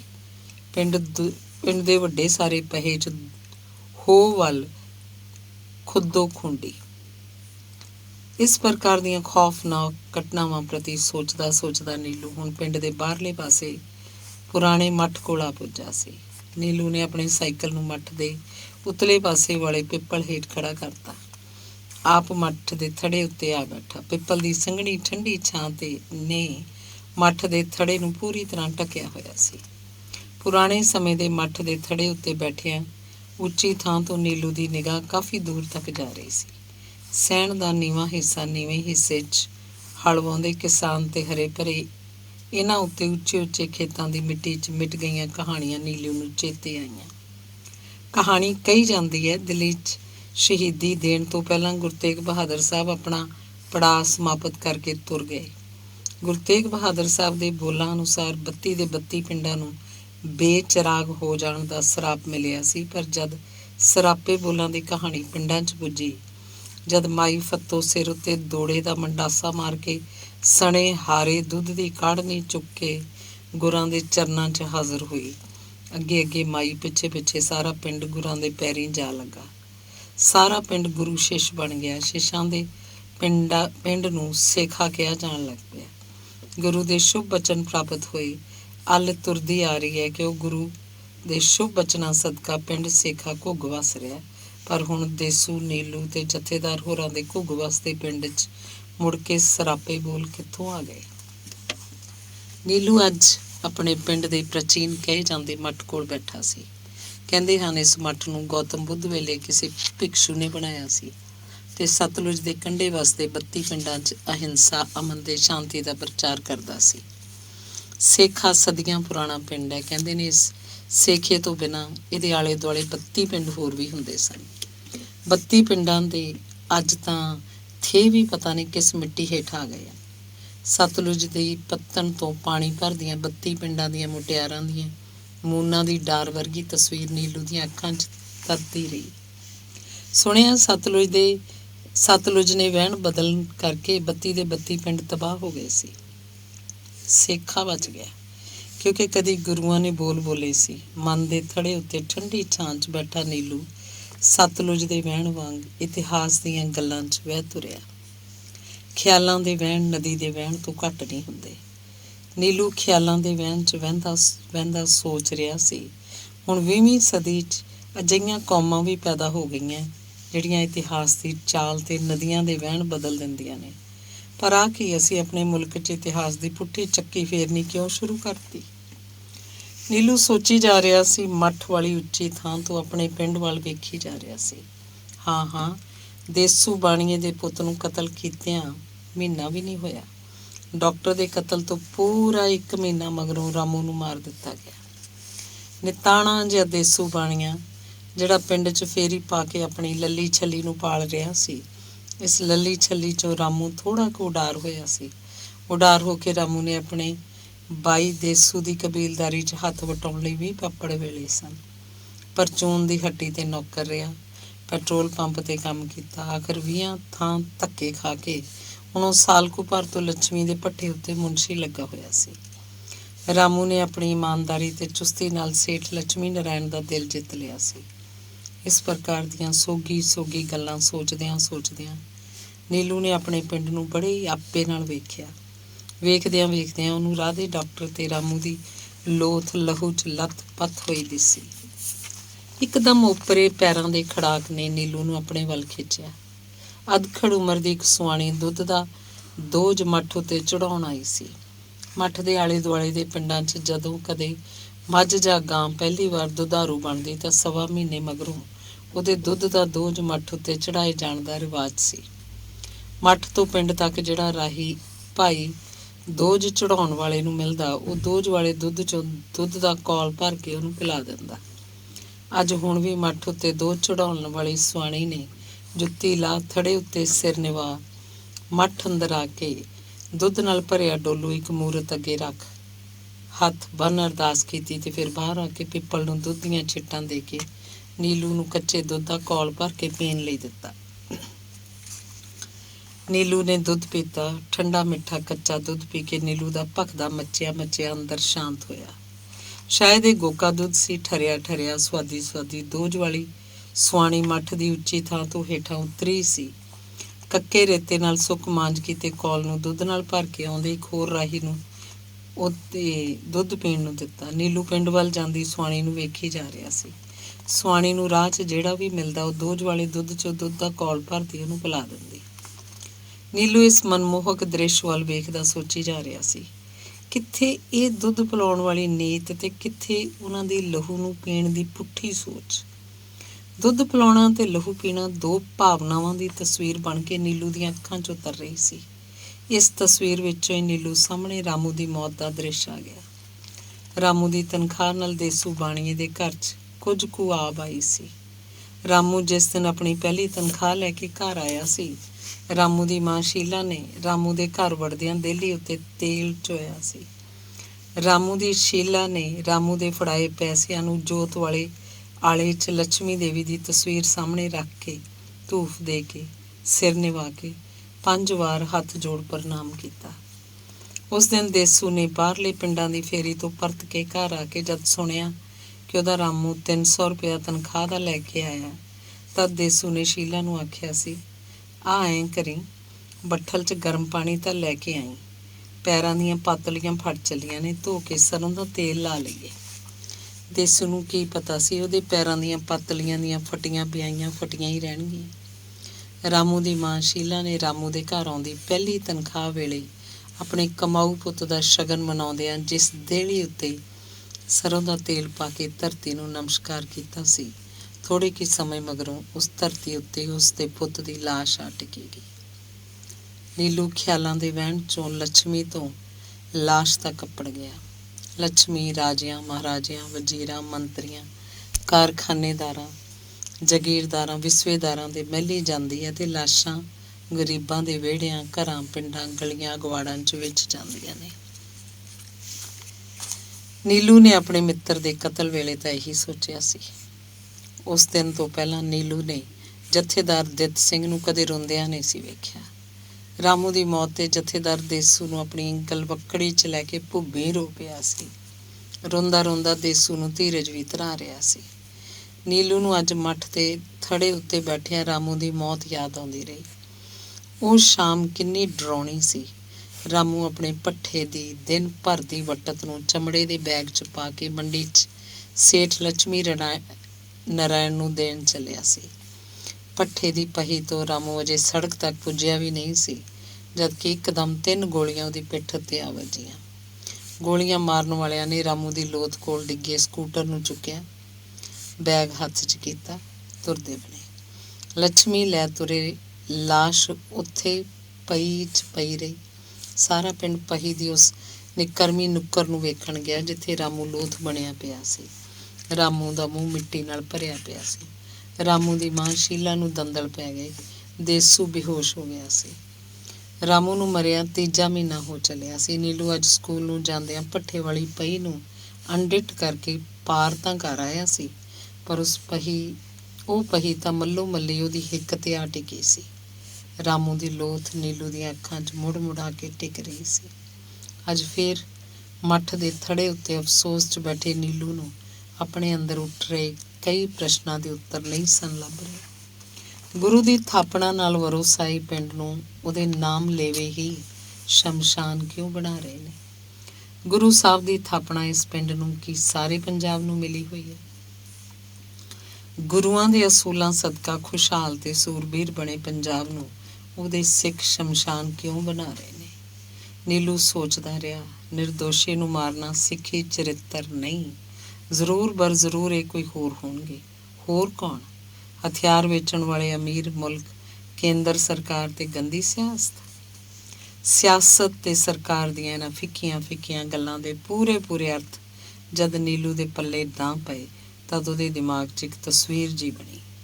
ਗਰੀਬ, ਨਿਰਦੋਸ਼ ਤੇ ਨਿਰਬਲ ਨਾਲ ਜਬਰ ਜਨਾਹ ਹੋ ਰਿਹਾ। ਇਸ ਪਿੰਡ ਦੇ ਆਲੇ ਦੁਆਲੇ ਲੰਡਰ ਖੜੇ ਹੱਸ ਰਹੇ ਨੇ। ਗਾਂਧੀ ਹੱਸ ਰਿਹਾ। ਨਹਿਰੂ ਗੰਭੀਰ ਬਣਿਆ ਬੈਠਾ ਹੈ। ਪਟੇਲ ਚੁੱਪ ਹੈ। ਨੀਲੂ ਨੂੰ ਇੰਝ ਲੱਗਿਆ ਜਿਵੇਂ ਦੂਰ ਖੜਾ ਜਿਨਾਹ ਇਸ ਮਸਲੇ ਨੂੰ ਭਖਾਉਣ ਲਈ ਅੰਗਰੇਜ਼ਾਂ ਨਾਲ ਖੜਾ ਆਰਕੈਸਟਰਾ ਵਜਾ ਰਿਹਾ ਹੋਵੇ। ਇਸ ਦ੍ਰਿਸ਼ਟੀ ਦੀ ਤਾਰ ਉੱਤੇ ਤੁਰਦਿਆਂ ਨੀਲੂ ਨੂੰ ਉਹ ਦਿਨ ਚੇਤੇ ਆਇਆ ਜਦੋਂ ਆਪਣੀ ਮਾਂ ਦੇ ਢਿੱਡ 'ਚ ਸੀ ਤੇ ਨੇਜ਼ੇ ਦੀ ਤਿੱਖੀ ਚੁੰਝ ਉਹਦੀ ਮਾਂ ਦੇ ਪੇਟ ਉੱਤੇ ਟਿਕ ਕੇ ਉਹਦੀ ਮਾਂ ਨੂੰ ਡਰਾ ਕੇ ਉਹਦੀ ਮਾਂ ਨਾਲ ਜਬਰ ਜਨਾਹ ਕਰਨਾ ਚਾਹੁੰਦਾ ਸੀ। ਨੀਲੂ ਨੂੰ ਇਸ ਪ੍ਰਕਾਰ ਦੀ ਭਿਆਨਕ ਤਸਵੀਰ ਨੇ ਪੂਰੀ ਤਰ੍ਹਾਂ ਡਰਾ ਛੱਡਿਆ ਸੀ। ਨੀਲੂ ਸੋਚਦਾ ਰਿਹਾ, ਸਾਡੇ ਮੁਲਕ 'ਚ ਪਿਛਲੇ 40 ਵਰ੍ਹਿਆਂ 'ਚ ਸਾਨੂੰ ਕੌਮ ਪ੍ਰਸਤ ਹੋਣ ਦੀ ਥਾਵੇਂ ਲੀਡਰ ਪ੍ਰਸਤ ਬਣਾ ਦਿੱਤਾ ਗਿਆ ਹੈ। ਇਹ ਵੀ ਇੱਕ ਤਰ੍ਹਾਂ ਦੀ ਬਿਮਾਰੀ ਹੈ। ਇਸ ਬਿਮਾਰੀ ਨੂੰ ਸਾਰੇ ਦੇ ਸਾਰੇ ਰੇਡੀਓ ਕੇਂਦਰ ਤੇ ਦੂਰਦਰਸ਼ਨ ਦਿਨ ਪ੍ਰਤੀ ਦਿਨ ਵਧਾ ਰਹੇ ਨੇ।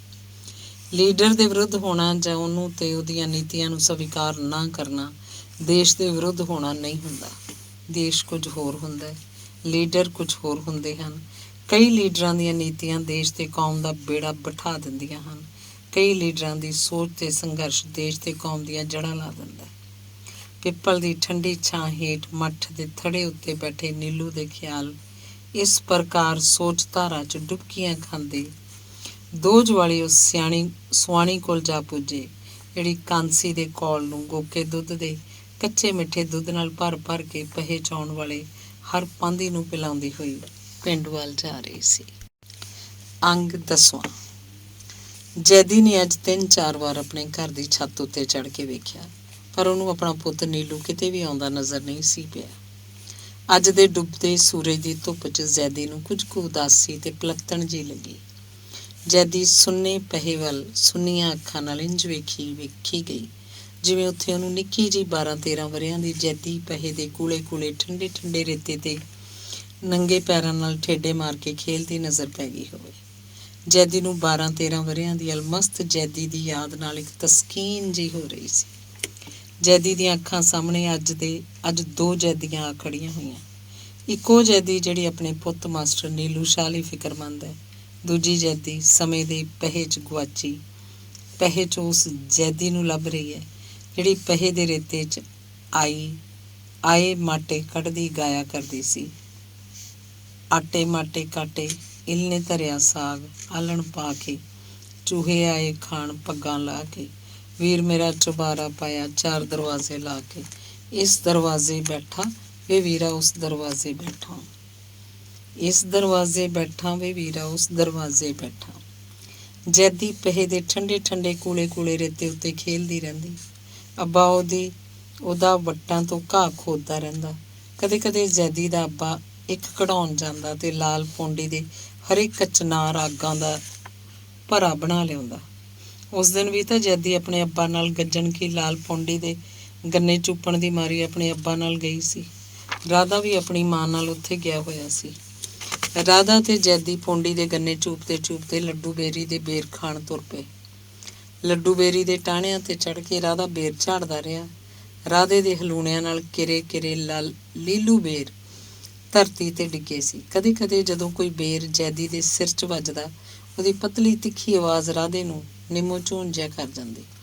ਹੁਣ ਰਾਧਾ ਬੇਰੀ ਦੇ ਟਾਹਣੇ ਨੂੰ ਉਸ ਵੇਲੇ ਹੀ ਹਲੂਣਾ ਦਿੰਦਾ ਜਦੋਂ ਜੈਦੀ ਦੂਜੇ ਪਾਸੇ ਹੁੰਦੀ।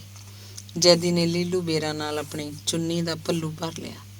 ਬੇਰ ਝਾੜਦਿਆਂ ਰਾਧੇ ਦੇ ਬੇਰੀ ਦੇ ਕੰਡਿਆਂ ਦੀਆਂ ਝਰੀਟਾਂ ਵੀ ਲੱਗੀਆਂ ਸੀ। ਰਾਧਾ ਜਦੋਂ ਹੇਠਾਂ ਉਤਰਿਆ, ਉਹਦੀ ਕੂਹਣੀ 'ਚੋਂ ਸਿਮਦੇ ਲਹੂ ਨੂੰ ਜੈਦੀ ਨੇ ਆਪਣੀ ਚੁੰਨੀ ਦੇ ਲੜ ਨੂੰ ਕੱਸੀ ਦੇ ਖਾਲ ਦੇ ਪਾਣੀ 'ਚ ਗਿੱਲਾ ਕਰਕੇ ਸਾਫ਼ ਕੀਤਾ ਸੀ। ਰਾਧੇ ਨੂੰ ਜੈਦੀ ਨੇ ਬੇਰ ਵੰਡ ਕੇ ਦਿੱਤੇ।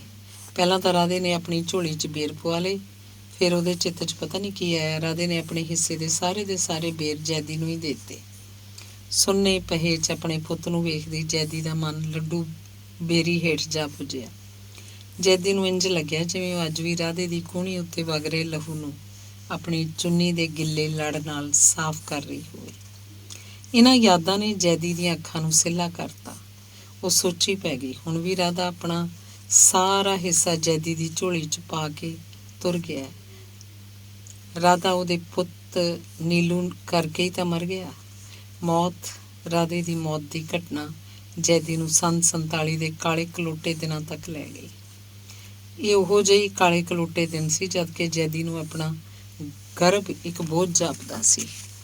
ਕਿ ਇਹ ਇਹੋ ਜਿਹੇ ਦਿਨ ਸਨ ਜਦ ਜੈਦੀ ਦੇ ਵੀਰੇ ਨੂੰ ਵਿਆਹ ਦਾ ਗਾਨਾ ਬੰਨ੍ਹਿਆ ਜਾਣਾ ਸੀ।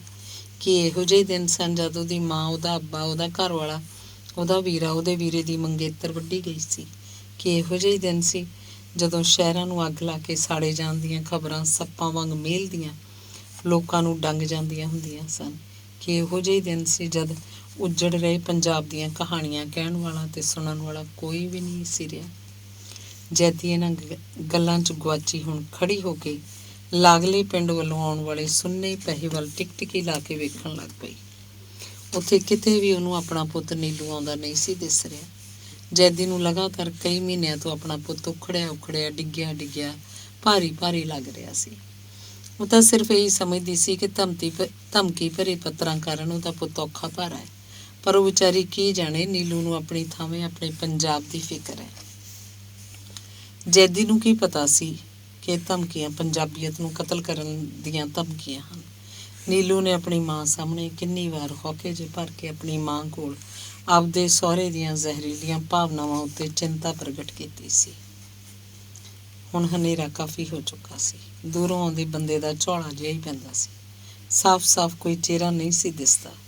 ਜੈਦੀ ਨੇ ਨੀਲੂ ਨੂੰ ਉਹਦੀ ਚਾਲ ਤੋਂ ਹੀ ਪਛਾਣਿਆ ਸੀ। ਇਹ ਦੂਜਾ ਬੰਦਾ ਉਸ ਨਾਲ ਕਿਹੜਾ ਹੋ ਸਕਦਾ ਹੈ। ਜੈਦੀ ਕੋਠੇ ਤੋਂ ਹੇਠਾਂ ਆ ਗਈ। ਇੰਨੇ ਨੂੰ ਬਾਹਰਲੇ ਪਾਸੇ ਵੱਲ ਸੁੰਨੀ ਗਲੀ 'ਚ ਨੀਲੂ ਤੇ ਬਿੱਕਰ ਘਰ ਆ ਗਏ। ਜੈਦੀ ਨੇ ਵੇਖਿਆ ਇਹ ਕੀ, ਨੀਲੂ ਨੂੰ ਧਮਕੀ ਦੇ ਖੱਤ ਘੱਲਣ ਵਾਲਿਆਂ 'ਚੋਂ ਇੱਕ ਉਹਨਾਂ ਦੇ ਘਰ ਆ ਬੈਠਾ। ਨੀਲੂ ਨੇ ਆਪਣੇ ਕੋਲ ਆਈ ਆਪਣੀ ਮਾਂ ਨੂੰ ਆਖਿਆ, ਲੈ ਬੇਬੇ, ਤੂੰ ਬਸ ਸਾਡਾ ਰੋਟੀ ਟੁੱਕ ਦੁੱਧ ਬਾਅਦ ਇੱਥੇ ਸਾਡੇ ਕੋਲ ਰੱਖ ਜਾ। ਮੱਝ ਨੂੰ ਅੰਦਰਲੀ ਖੁਰਲੀ ਤੇ ਬੰਨ੍ਹ ਦੇ ਤੇ ਫਿਰ ਕੁੰਡੇ ਜਿੰਦੇ ਲਾ ਕੇ ਸਿਰਹਾਣੇ ਬਾਂਹ ਧਰ ਕੇ ਬੇਫਿਕਰ ਹੋ ਕੇ ਸੌਂ ਜਾ। ਲੈ ਵੀ ਬਿੱਕਰਾ, ਪਹਿਲਾਂ ਤੂੰ ਪ੍ਰਸ਼ਾਦ ਪਾਣੀ ਛਕ, ਫਿਰ ਕਰਾਂਗੇ ਆਪਾਂ ਗੱਲਾਂ। ਬਿੱਕਰ ਨੇ ਰੋਟੀ ਖਾ ਕੇ ਆਪਣੀ ਸਟੇਨ ਗਨ ਚੁੱਕ ਕੇ ਆਖਿਆ, ਚੰਗਾ ਵੀ ਨੀਲੂ ਸ਼ਾ, ਤੂੰ ਤਾਂ ਸੌਂ ਜਾ, ਮੈਂ ਚੱਲਦਾ। ਨੀਲੂ ਆਪਣੇ ਮਿੱਤਰ ਵੱਲ ਵੇਖ ਮੂੰਹ ਭਿੱਜੇ ਸ਼ਬਦਾਂ 'ਚ ਬੋਲਿਆ, ਤੂੰ ਚੱਲਿਆ ਹੁਣ ਬਿਸਤਰਿਆਂ 'ਚ ਸੁੱਤਿਆਂ ਅਣਭੋਲ ਬੰਦਿਆਂ ਨੂੰ ਮਾਰਨ? ਓਏ ਬਿੱਕਰਾ, ਤੁਸੀਂ ਤਾਂ ਸਾਰੇ ਪੰਜਾਬ ਦੀ ਨੀਂਦ ਹਰਾਮ ਕਰ ਛੱਡੀ ਹੈ ਤੇ ਤੂੰ ਮੈਨੂੰ ਆਖਦਾ ਮੈਂ ਸੌਂ ਜਾਵਾਂ। ਭਲਾ ਜਿਹੜੀਆਂ ਅੱਖਾਂ ਜਾਗ ਪਈਆਂ ਹੁਣ ਉਹਨਾਂ 'ਚ ਨੀਂਦ ਕਿੱਥੇ? ਬਿੱਕਰ, ਜਿਨ੍ਹਾਂ ਅੱਖਾਂ 'ਚ ਚਾਨਣਾ ਵਸਿਆ ਹੋਵੇ ਕਿ ਇੱਥੇ ਜਾਤਾਂ ਹੀ ਦੋ ਨੇ, ਇੱਕ ਗਰੀਬ ਇੱਕ ਅਮੀਰ, ਭਲਾ ਉਹ ਤੁਹਾਡੇ ਵਾਂਗ ਹਨੇਰਿਆਂ 'ਚ ਕਿਵੇਂ ਭਟਕਦੀਆਂ ਫਿਰਨ? ਕੀ ਆ ਹਨੇਰੇ 'ਚ ਭਟਕਣ ਵਾਲੀ ਗੱਲ ਨਹੀਂ? ਉਦੋਂ ਪਤਾ ਨਹੀਂ ਤੁਹਾਡੇ 'ਚੋਂ ਕਿਹੜਾ ਸੀ ਤੇ ਕੀ ਸੋਚ ਕੇ ਉਹਨੂੰ ਕਿੱਕਰ ਹੇਠ ਕਤਲ ਕਰ ਗਿਆ। ਮੈਂ ਉਹਨੂੰ ਉਹਦੇ ਲੋਥ 'ਚੋਂ ਨਿਕਲੇ ਲਹੂ 'ਚ ਲੱਥਪੱਥ ਵੇਖਿਆ ਸੀ। ਚਾਹ ਪੁਣਨੀਆਂ, ਕੱਚ ਦੇ ਗਲਾਸ, ਚੀਨੀ ਤੇ ਪਿਆਲੀਆਂ ਪਲੇਟਾਂ, ਨੌ ਪਾਲਿਸ਼, ਕੰਘੀਆਂ, ਸਾਬਣ, ਕੜੇ, ਚਾਕੂ, ਕੈਂਚੀਆਂ ਗੋਦਾਮ ਵੇਚ ਕੇ ਜੂਨ ਗੁਜ਼ਾਰਾ ਕਰਨ ਲਈ ਪਿੰਡ 'ਚ ਫੇਰੀ ਪਾਉਂਦਾ ਹੁੰਦਾ ਸੀ। ਇਹ ਉਹਦੀ ਲੋਥ ਦੇ ਨੇੜੇ ਹੀ ਮੈਂ ਵੇਖਿਆ ਸਾਰਾ ਨਿੱਕ ਸੁੱਕ ਉੱਥੇ ਹੇਠਾਂ ਡਿੱਗ ਕੇ ਆਸੇ ਪਾਸੇ ਖਿਲ ਰਿਹਾ ਪਿਆ ਸੀ ਤੇ ਤੁਹਾਡੇ ਕਾਗਜ਼ ਦੇ ਪੁਰਜੇ ਤੇ ਲਿਖਿਆ ਸੀ, ਇਹ ਪੁਲਿਸ ਦਾ ਮੁਖਬਰ ਸੀ। ਓਏ ਬਿਕਰਾ, ਇੱਥੇ ਕੌਣ ਕਿਸੇ ਦੀ ਮੁਖਬਰੀ ਕਰਦਾ? ਪਹਿਚਾਣ ਦੀ ਲੋੜ ਹੈ। ਆਪਣੇ ਮੁਲਕ ਹੈ ਨਾ ਭਾਰਤ, ਇਹ ਤੋਂ ਹਜ਼ਾਰਾਂ ਕਿਲੋਮੀਟਰ ਦੂਰ ਬੈਠੇ ਬਾਹਰਲੇ ਮੁਲਕ ਇਹਦੇ ਸੁਰੱਖਿਆ ਪ੍ਰਬੰਧਾਂ ਦੀਆਂ, ਇਹਦੇ ਹਾਲਾਤ ਦੀਆਂ, ਇਹਦੇ ਧਾਰਮਿਕ ਜਨੂਨੀ ਜਲਸਿਆਂ ਦੀਆਂ ਤਸਵੀਰਾਂ ਖਿੱਚ ਲੈਂਦੇ ਨੇ। ਮੁਖਬਰੀ ਤਾਂ ਇਹ ਹੁੰਦੀ ਹੈ। ਤੁਹਾਨੂੰ ਉਂਗਲੀ 'ਤੇ ਚੜਾਉਣਾ ਵੀ ਉਸ ਮੁਖਬਰੀ 'ਚੋਂ ਨਿਕਲਿਆ। ਭਲਾ ਫੇਰੀ ਪਾਉਣ ਵਾਲੇ ਨੇ ਮੁਖਬਰੀ ਕੀ ਕਰਨੀ ਹੋਈ? ਵਿਕਰ ਕੀ ਕਰੀਏ ਕੀ ਨਾ ਕਰੀਏ, ਕੁਝ ਸਮਝ ਨਹੀਂ ਪੈਂਦੀ। ਆਹ ਸਟੇਨ ਗਨ ਚੀਨ ਦੀ ਹੈ ਤੇਰੇ ਕੋਲ। ਚੀਨ ਸਮਾਜਵਾਦੀ ਮੁਲਕ, ਉਹਦੀਆਂ ਇਹ ਸਟੇਨ ਗੰਨਾਂ ਭਾਰਤ 'ਚ ਸਰਮਾਏਦਾਰੀ ਨੂੰ ਹੀ ਤਕੜਾ ਕਰਨਗੀਆਂ। ਉੱਧਰ ਰੂਸ ਇੰਦਰਾ ਗਾਂਧੀ ਦੇ ਨਾਂ 'ਤੇ ਆਪਣੇ ਮੁਲਕ ਦੇ ਚੁਰਸਤਿਆਂ ਦੇ ਨਾਂ ਰੱਖ ਰਿਹਾ, ਉਸ ਇੰਦਰਾ ਗਾਂਧੀ ਦੇ ਨਾਂ 'ਤੇ ਜਿਹਨੇ ਸਮਾਜਵਾਦ ਦਾ ਮੁਖੌਟਾ ਚਾੜ੍ਹ ਕੇ ਲੋਕਾਂ ਨੂੰ ਬੁੱਧੂ ਬਣਾਇਆ। ਓਏ ਵਿਕਰਾ, ਹੁਣ ਤਾਂ ਸਰਕਾਰ ਦਾ ਮੀਡੀਆ ਆਪ ਹੀ ਧਰਮ ਦਾ ਪ੍ਰਚਾਰ ਕਰਦਾ ਹੈ, ਪਰ ਸਰਕਾਰ ਤੇ ਸਰਮਾਏਦਾਰਾਂ ਦਾ ਉਹਨਾਂ ਕੋਈ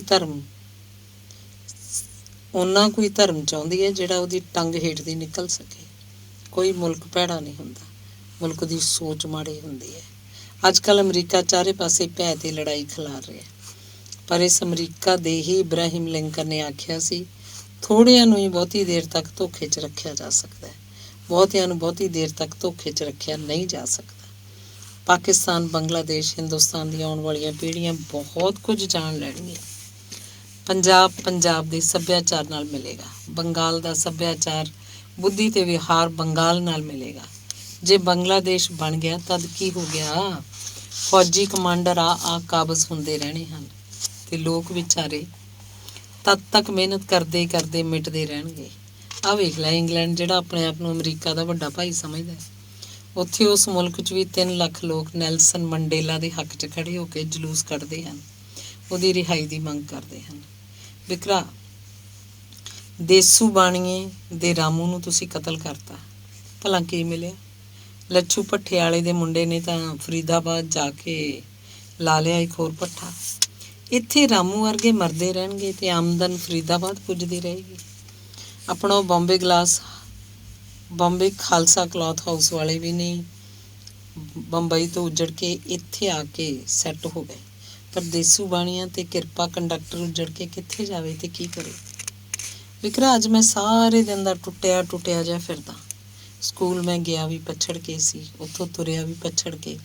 ਸਕੂਲ 'ਚ ਵੀ ਮੈਂ ਦੂਰੋਂ ਦੂਰ ਹੁੰਦਾ ਰਿਹਾ। ਆਪਣੇ ਗੁਆਂਢੀ ਪਿੰਡ ਕਹੇਰੂ ਦਾ ਉਹ ਲੰਮਾ ਜਿਹਾ ਗਿਰਜ ਵਰਗਾ ਮਾਸਟਰ ਹੈ ਨਾ, ਜਿਹਨੂੰ ਆਪਾਂ ਸੌਦਾ ਆਖਦੇ ਹੁੰਦੇ ਸੀ, ਜਿਹੜਾ ਫੁੱਟਬਾਲ ਦੇ ਬਲੈਡਰ 'ਚ ਦੇਸੀ ਘਰ ਦੀ ਕੱਢੀ ਸ਼ਰਾਬ ਭਰ ਕੇ ਲਿਆਉਂਦਾ ਹੁੰਦਾ ਸੀ ਤੇ ਨਜਾਇਜ਼ ਸ਼ਰਾਬ ਵੇਚਣ ਦਾ ਧੰਦਾ ਕਰਦਾ ਸੀ। ਉਹ ਸ਼ਰਾਬ ਚਾੜ ਕੇ ਸਿਗਰਟਾਂ ਦੇ ਸੂਟੇ ਵੀ ਲਾਉਂਦਾ ਹੁੰਦਾ ਸੀ। ਅੱਜ ਕੱਲ੍ਹ ਲੰਮੀ ਦਾੜੀ ਛੱਡ ਕੇ ਸਰਦੂਲ ਸਿੰਘ ਖਾਲਸਾ ਬਣਿਆ ਫਿਰਦਾ। ਮੈਨੂੰ ਵੀ ਆਖਦਾ ਸੀ ਵੀ ਤੂੰ ਹੁਣ ਦਾੜੀ ਪ੍ਰਕਾਸ਼ ਕਰ ਲੈ। ਮੈਂ ਜਦ ਆਖਿਆ ਜਿਹਦੇ ਅੰਦਰ ਪ੍ਰਕਾਸ਼ ਹੋ ਗਿਆ ਉਹਨੂੰ ਬਾਹਰਲੇ ਦਿਖਾਵੇ ਦੀ ਕੀ ਲੋੜ ਹੈ, ਤਦੋਂ ਚੁੱਪ ਹੋ ਗਿਆ। ਉਹੀ ਸੌਦਾ ਸਰਦੂਲ ਸਿੰਘ ਖਾਲਸਾ ਪਿੰਡ ਦੇ ਕਈ ਬਾਣੀਆਂ ਨੂੰ ਡਰਾ ਧਮਕਾ ਕੇ ਕਾਫੀ ਕੁਝ ਬਟੋਰ ਵੀ ਚੁੱਕਿਆ। ਮੈਨੂੰ ਉਹ ਬਹੁਤ ਬੁਰਾ ਸਮਝਦਾ। ਮੈਂ ਉਹਦੀ ਹਰ ਗੱਲ ਨੂੰ ਟੋਕ ਦਿੰਦਾ। ਜਦ ਕਦੇ ਕੋਈ ਹਿਸਾਬ ਦੀ ਗੱਲ ਕਰੀਏ ਤਾਂ ਪੁੱਠਾ ਹੀ ਪੈਂਦਾ। ਕੇਰਾਂ ਤਾਂ ਮੈਨੂੰ ਮਾਵਾਂ ਧੀਆਂ ਦੀਆਂ ਗਾਲਾਂ ਵੀ ਕੱਢਣ ਲੱਗ ਪਿਆ। ਲੈ ਤੈਨੂੰ ਉਹਦੀ ਗੱਲ ਸੁਣਾਉਣਾ।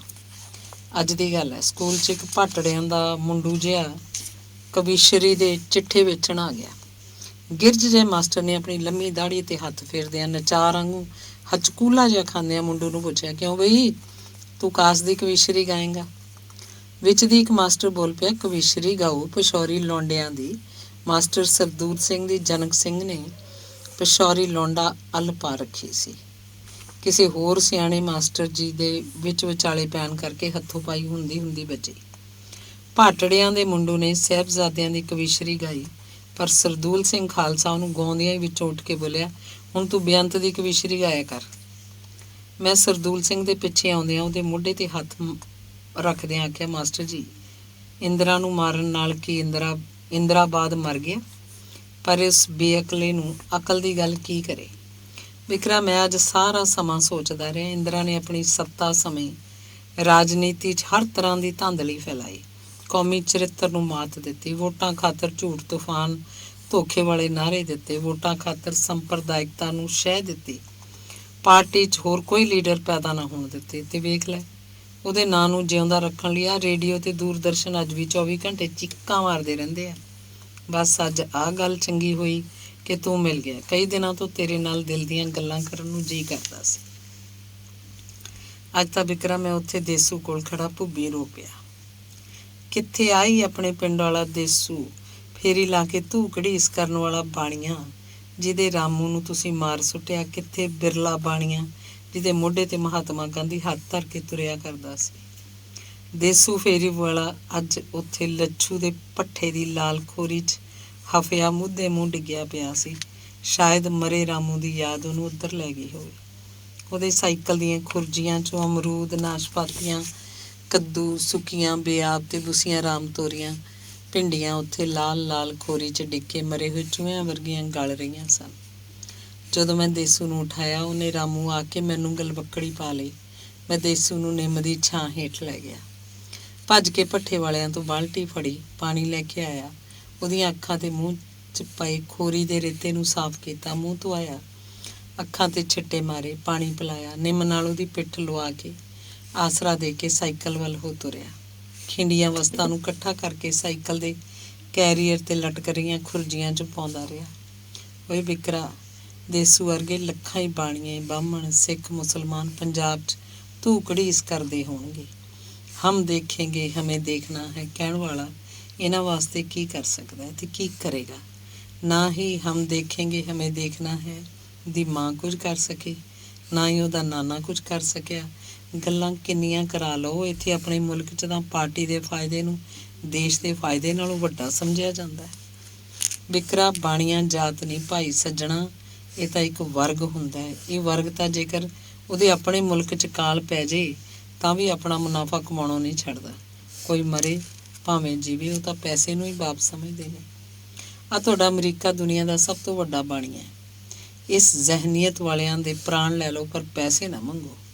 ਆ ਭਾਪੇ ਵੀ ਤਾਂ ਬਾਣੀਏ ਹੁੰਦੇ ਨੇ, ਨਿਰੇ ਪੈਸੇ ਦੇ ਪੁੱਤ, ਪੈਸੇ ਖਾਤਰ ਗੁਰੂ ਦੀ ਝੂਠੀ ਸਹੁੰ ਖਾਈ ਜਾਣਗੇ। ਓਏ ਵਿਕਰਾ, ਦਿਲ ਦੀਆਂ ਗੱਲਾਂ ਦਿਲਦਾਰ ਨਾਲ ਹੀ ਹੁੰਦੀਆਂ ਨੇ।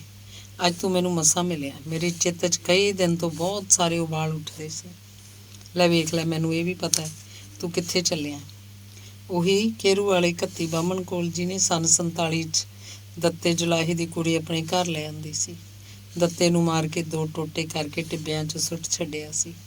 ਕਿਰਪੀ ਤੇ ਕਿੰਨਿਆਂ ਦੀ ਅੱਖ ਸੀ। ਘੱਤਾ ਗੱਭਰੂ ਸੀ, ਸਿਰੇ ਦਾ ਬਦਮਾਸ਼, ਪਿੰਡ 'ਚ ਹੀ ਹੋਰ ਸਾਰੇ ਉਹ ਤੋਂ ਭੈ ਖਾਂਦੇ ਸੀ। ਸੰਨ 47 ਵੇਲੇ ਘੋਣ ਮੋਣ 31 ਬਾਹਮਣ ਦੋਹਾਂ ਗੁੱਟਾਂ ਉੱਤੇ ਖੰਮਣੀ ਬੰਨ੍ਹ ਕੇ ਆਪਣੇ ਆਪ ਦੀ ਹਿੰਦੂ ਹੋਣ ਦੀ ਪਛਾਣ ਕਰਾਉਂਦਾ ਰਿਹਾ। ਤਿੱਖੇ ਗੰਡਾਸੇ ਨਾਲ ਮਾਸੂਮ, ਨਿਰਦੋਸ਼, ਫੱਕਰ, ਅਣਭੋਲ, ਬੇਕਸੂਰੀ ਮੁਸਲਮਾਨਾਂ ਦੇ ਗਲ ਲਾਉਂਦਾ ਰਿਹਾ।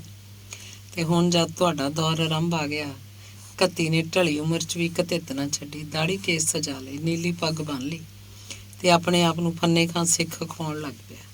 ਵਿਕਰਾ, ਕਦੇ ਕਦੇ ਜਦੋਂ ਮੈਂ ਘੱਤੇ ਦੇ ਲੱਛਣ ਵੱਲ ਵੇਖਦਾ ਤਾਂ ਮੈਨੂੰ ਗੁਰੂ ਗੋਬਿੰਦ ਸਿੰਘ ਜੀ ਦੇ ਸੰਤ ਸਿਪਾਹੀ ਵਾਲੇ ਸਿਧਾਂਤ ਯਾਦ ਆ ਜਾਂਦੇ ਨੇ। ਕਿੱਥੇ ਗੁਰੂ ਸਾਹਿਬ ਦੇ ਸ਼ਾਂਤੀ, ਵਿਵੇਕ, ਪਿਆਰ, ਬਲੀਦਾਨ ਤੇ ਸੰਜਮ ਦੀ ਰੱਖਿਆ ਵਾਲੇ ਸਿਧਾਂਤ ਤੇ ਕਿੱਥੇ ਘੱਤੇ ਦਾ ਲਾਲਚੀ ਕੁੱਤੇ ਵਾਲਾ ਕਿਰਦਾਰ। ਵਿਕਰਾ, ਤੁਸੀਂ ਦਿਲ ਵਾਲੇ ਬੰਦੇ ਹੋ। ਤੇਰੇ ਨਾਲ ਦਿਲ ਦੀਆਂ ਤਾਂ ਹੋ ਸਕਦੀਆਂ ਨੇ, ਪਰ ਦਿਮਾਗ ਦੀਆਂ ਕਿਹਦੇ ਨਾਲ ਕਰਾਂ। ਯਾਰਾ, ਕਦੇ ਕਦੇ ਮੇਰੀ ਕਲਪਨਾ 'ਚ ਇੱਕ ਤਸਵੀਰ ਜੀ ਬਣਦੀ ਹੈ।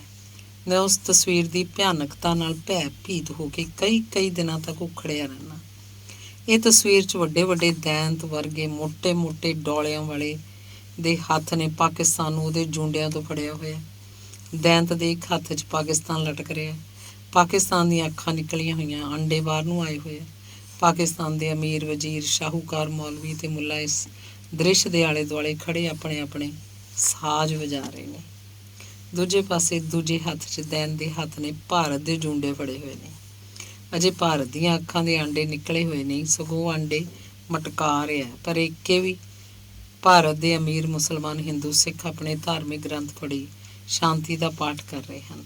ਕਦੇ ਕਦੇ ਈਸਾਈ ਦੀ ਆਵਾਜ਼ ਵੀ ਕੰਨੀ ਪੈ ਜਾਂਦੀ ਹੈ ਤੇ ਫਿਰ ਇਸ ਦੈਂਤ ਨੇ ਆਪਣੇ ਪੈਰਾਂ ਹੇਠ ਰੱਖਣ ਲਈ ਪਟੜੀ ਬਣਾਉਣੀ ਆਰੰਭ ਕੀਤੀ ਹੈ। ਖਾਲਿਸਤਾਨ ਦੀ ਪਟੜੀ। ਮੇਰੀ ਕਲਪਨਾ ਦੇ ਇਸ ਚਿੱਤਰ ਨਾਲ ਮੇਰੀ ਚੀਕ ਨਿਕਲ ਜਾਂਦੀ ਹੈ। ਕਦੇ ਜਿਨਾਹ ਤੇ ਗਾਂਧੀ ਨੇ ਪੰਜਾਬ ਨੂੰ ਪਾੜਿਆ ਸੀ, ਹੁਣ ਕੈਨੇਡਾ, ਅਮਰੀਕਾ, ਇੰਗਲੈਂਡ ਰਹਿੰਦੇ ਪੰਜਾਬ ਦਾ ਪਟੜਾ ਬਣਾਉਣ ਲਈ ਕਿੱਲਾਂ, ਮੇਖਾਂ ਤੇ ਰੰਦਾ ਚੁੱਕੀ ਫਿਰਦੇ ਨੇ। ਓਏ ਵਿਕਰਾ, ਜਦੋਂ ਪਹਿਲੀ ਵਾਰ ਮੈਨੂੰ ਇਹ ਭਿਆਨਕ ਤਸਵੀਰ ਦਿਸੀ ਸੀ, ਉਸ ਵੇਲੇ ਹੀ ਮੈਨੂੰ ਗੁਆਂਢੋਂ ਇੱਕ ਡੋਗਰੀ ਗੀਤ ਸੁਣਾਈ ਦਿੱਤਾ। ਤੇਰਾ ਬੜਾ ਮੰਦਾ ਲੱਗਦਾ ਮੇਰਿਆ ਡੋਗਰੀਆ, ਢੋਲ ਸਿਪਾਹੀਆ ਵੇ। ਯਾਰਾ, ਮੇਰਾ ਖਿਆਲ ਇੱਕਦਮ ਪੰਜਾਬੀ ਦੀਆਂ ਉਪਬੋਲੀਆਂ ਡੋਗਰੀ, ਪੋਠੋਹਾਰੀ, ਪਹਾੜੀ, ਮੁਲਤਾਨੀ 'ਤੇ ਪੁੱਜ ਗਿਆ। ਮੈਨੂੰ ਇੰਝ ਲੱਗਿਆ ਜਿਵੇਂ ਸਾਡੇ ਪੰਜਾਬੀ ਸੱਭਿਆਚਾਰ ਦੇ ਕਈ ਫੰਗ ਕਿਸੇ ਨੇ ਝਾੜ ਦਿੱਤੇ ਹੋਣ। ਨੀਲੂ ਬੋਲੀ ਜਾ ਰਿਹਾ ਸੀ। ਬਿੱਕਰ ਗੋਲ ਬਿਸਤਰੇ ਨਾਲ ਢੋ ਲਾਈ ਬੈਠਾ ਬੈਠਾ ਉਂਘ ਰਿਹਾ ਸੀ। ਬਿੱਕਰ ਕਦੇ ਕਦੇ ਉਸ ਵੇਲੇ ਹੀ ਥੋੜ੍ਹਾ ਕੁ ਸੁਚੇਤ ਹੁੰਦਾ ਜਦੋਂ ਨੀਲੂ ਉਹਨੂੰ ਬੜੇ ਹੀ ਆਪੇ ਭਰੇ ਲਹਿਜੇ 'ਚ ਚੀਸ ਚੀ ਵੱਟ ਕੇ ਆਖਦਾ, ਓਏ ਬਿੱਕਰਾ। ਨੀਲੂ ਬੋਲੀ ਗਿਆ ਤੇ ਬਿੱਕਰ ਨੂੰ ਉੱਥੇ ਬਿਸਤਰੇ ਉੱਤੇ ਨੀਂਦ ਨੇ ਆ ਘੇਰਿਆ।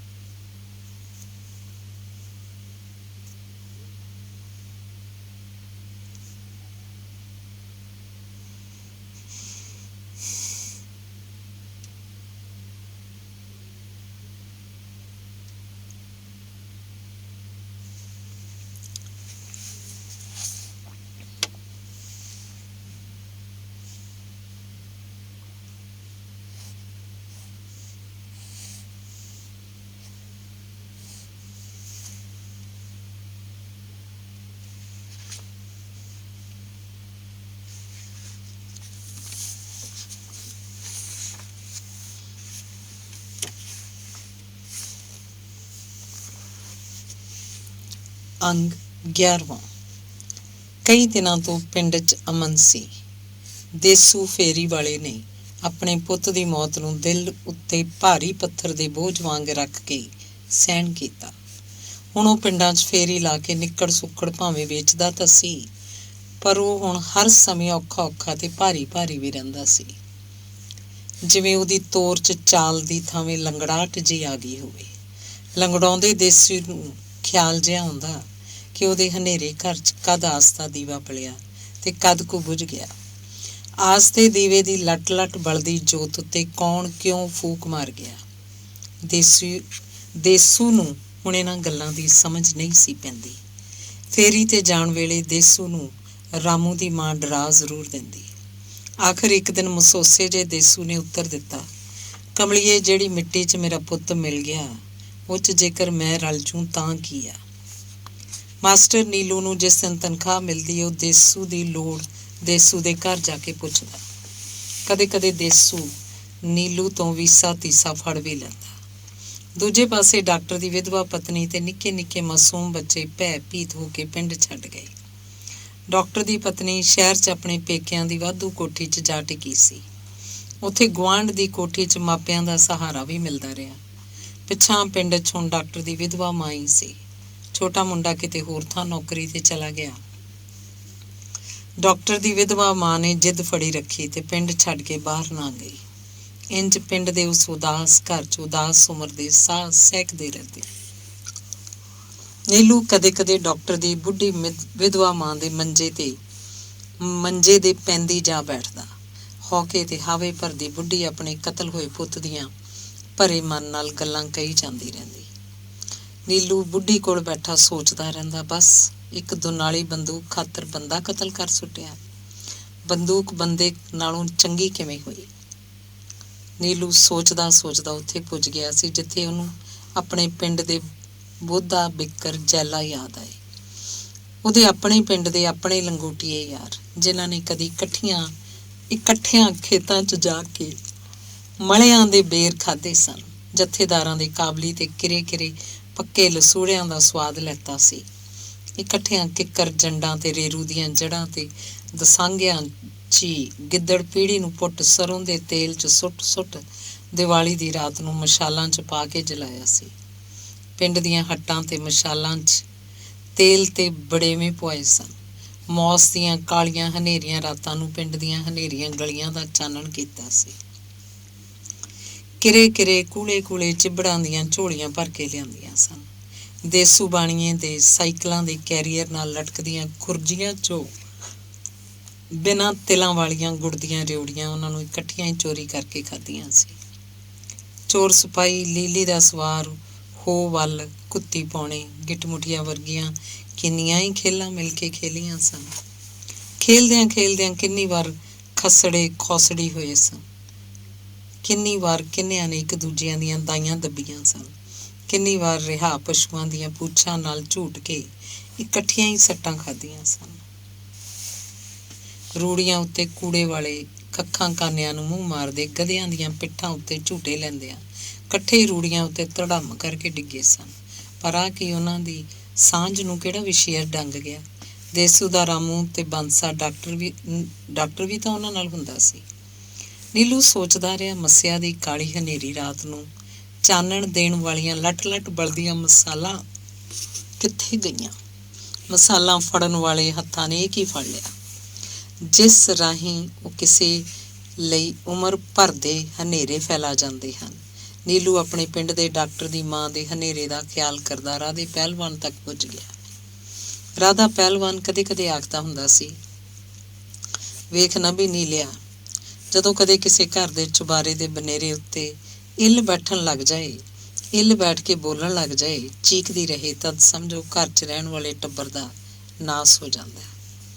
ਆਹ ਕਿਹਾ ਤਾਂ ਜਾਂਦਾ ਹੈ ਬਈ ਲੈ ਉਹਨਾਂ ਦੀ ਹਵੇਲੀ ਤੇ ਤਾਂ ਇੱਲ ਬੋਲਣ ਲੱਗ ਪਈ। ਓਏ ਨੀਲਿਆ, ਆਕਾਸ਼ੀ ਇੱਲਾਂ ਉਸ ਵੇਲੇ ਮੰਡਰਾਉਂਦੀਆਂ ਹੁੰਦੀਆਂ ਨੇ ਜਦੋਂ ਹੇਠਾਂ ਮੁਰਦਾਰ ਦਿਸਦਾ ਹੋਵੇ। ਇਸ ਤਰ੍ਹਾਂ ਨੀਲੂ ਨੂੰ ਆਪਣੇ ਪਿੰਡ ਵਾਲੀ ਢਾਬ ਦੇ ਉਤਲੇ ਪਾਸੇ ਵਾਲਾ ਬੋਰਡ ਚੇਤੇ ਆ ਪਿਆ। ਖੜ ਸੋਕੜ ਜਿਹਾ ਬੋਰਡ ਜੋ ਕਦੀ ਕਚਨਾਰ ਵਾਂਗ ਹਰਿਆ ਭਰਿਆ ਹੁੰਦਾ ਸੀ। ਕਿੱਡਾ ਵੱਡਾ ਪਰਿਵਾਰ ਹੁੰਦਾ ਸੀ ਉਸ ਬੋਰਡ ਦਾ। ਉਹ ਬੋਰਡ ਇੱਕ ਦਰਵੇਸ਼ ਦਾ ਹੀ ਰੂਪ ਜਾਪਦਾ ਸੀ ਤੇ ਫਿਰ ਸੈਂਕੜੇ ਇੱਲਾਂ ਉੱਥੇ ਬੈਠਣ ਲੱਗ ਪਈਆਂ। ਬੋਰਡ ਦੇ ਪੱਤੇ ਬਿੱਠਾਂ ਨਾਲ ਭਰ ਜਾਂਦੇ, ਪੱਤੇ ਮੁਰਝਾਉਂਦੇ ਰਹੇ। ਸੋਹਣਾ ਸੋਹਣਾ ਹਰਿਆ ਭਰਿਆ ਦਰਵੇਸ਼ ਜਿਹਾ ਬੋਰਡ ਬਦਸੂਰਤ ਬਣਦਾ ਗਿਆ ਤੇ ਫਿਰ ਉਹਨੂੰ ਸੋਕਾ ਲੱਗ ਗਿਆ।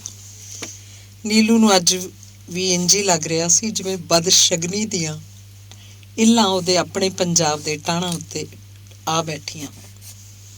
ਨੀਲੂ ਨੂੰ ਖਿਆਲ ਆਉਂਦਾ ਰਿਹਾ, ਹਾਂ ਪਹਿਲਵਾਨ ਤਾਂ ਇਹ ਵੀ ਆਖਦਾ ਹੁੰਦਾ ਸੀ, ਜਦੋਂ ਕੁੱਤੇ ਗਲੀਆਂ 'ਚ ਰੋਣ ਲੱਗ ਪੈਣ, ਪਿੱਪਲਾਂ ਉੱਤੇ ਉੱਲੂ ਬੋਲਣ ਲੱਗ ਪੈਣ, ਗੋਲੇ ਕਬੂਤਰ ਘਰਾਂ 'ਚ ਘੂੰ ਘੂੰ ਕਰਨ ਲੱਗ ਪੈਣ, ਤਾਂ ਸਮਝੋ ਕੋਈ ਨਾ ਕੋਈ ਕੁਸ਼ਗਨੀ ਹੋਈ ਕਿ ਹੋਈ। ਉਹਦੇ ਪੰਜਾਬ 'ਚ ਸਾਰਾ ਕੁਝ ਕਿਉਂ ਹੋਣ ਲੱਗ ਪਿਆ।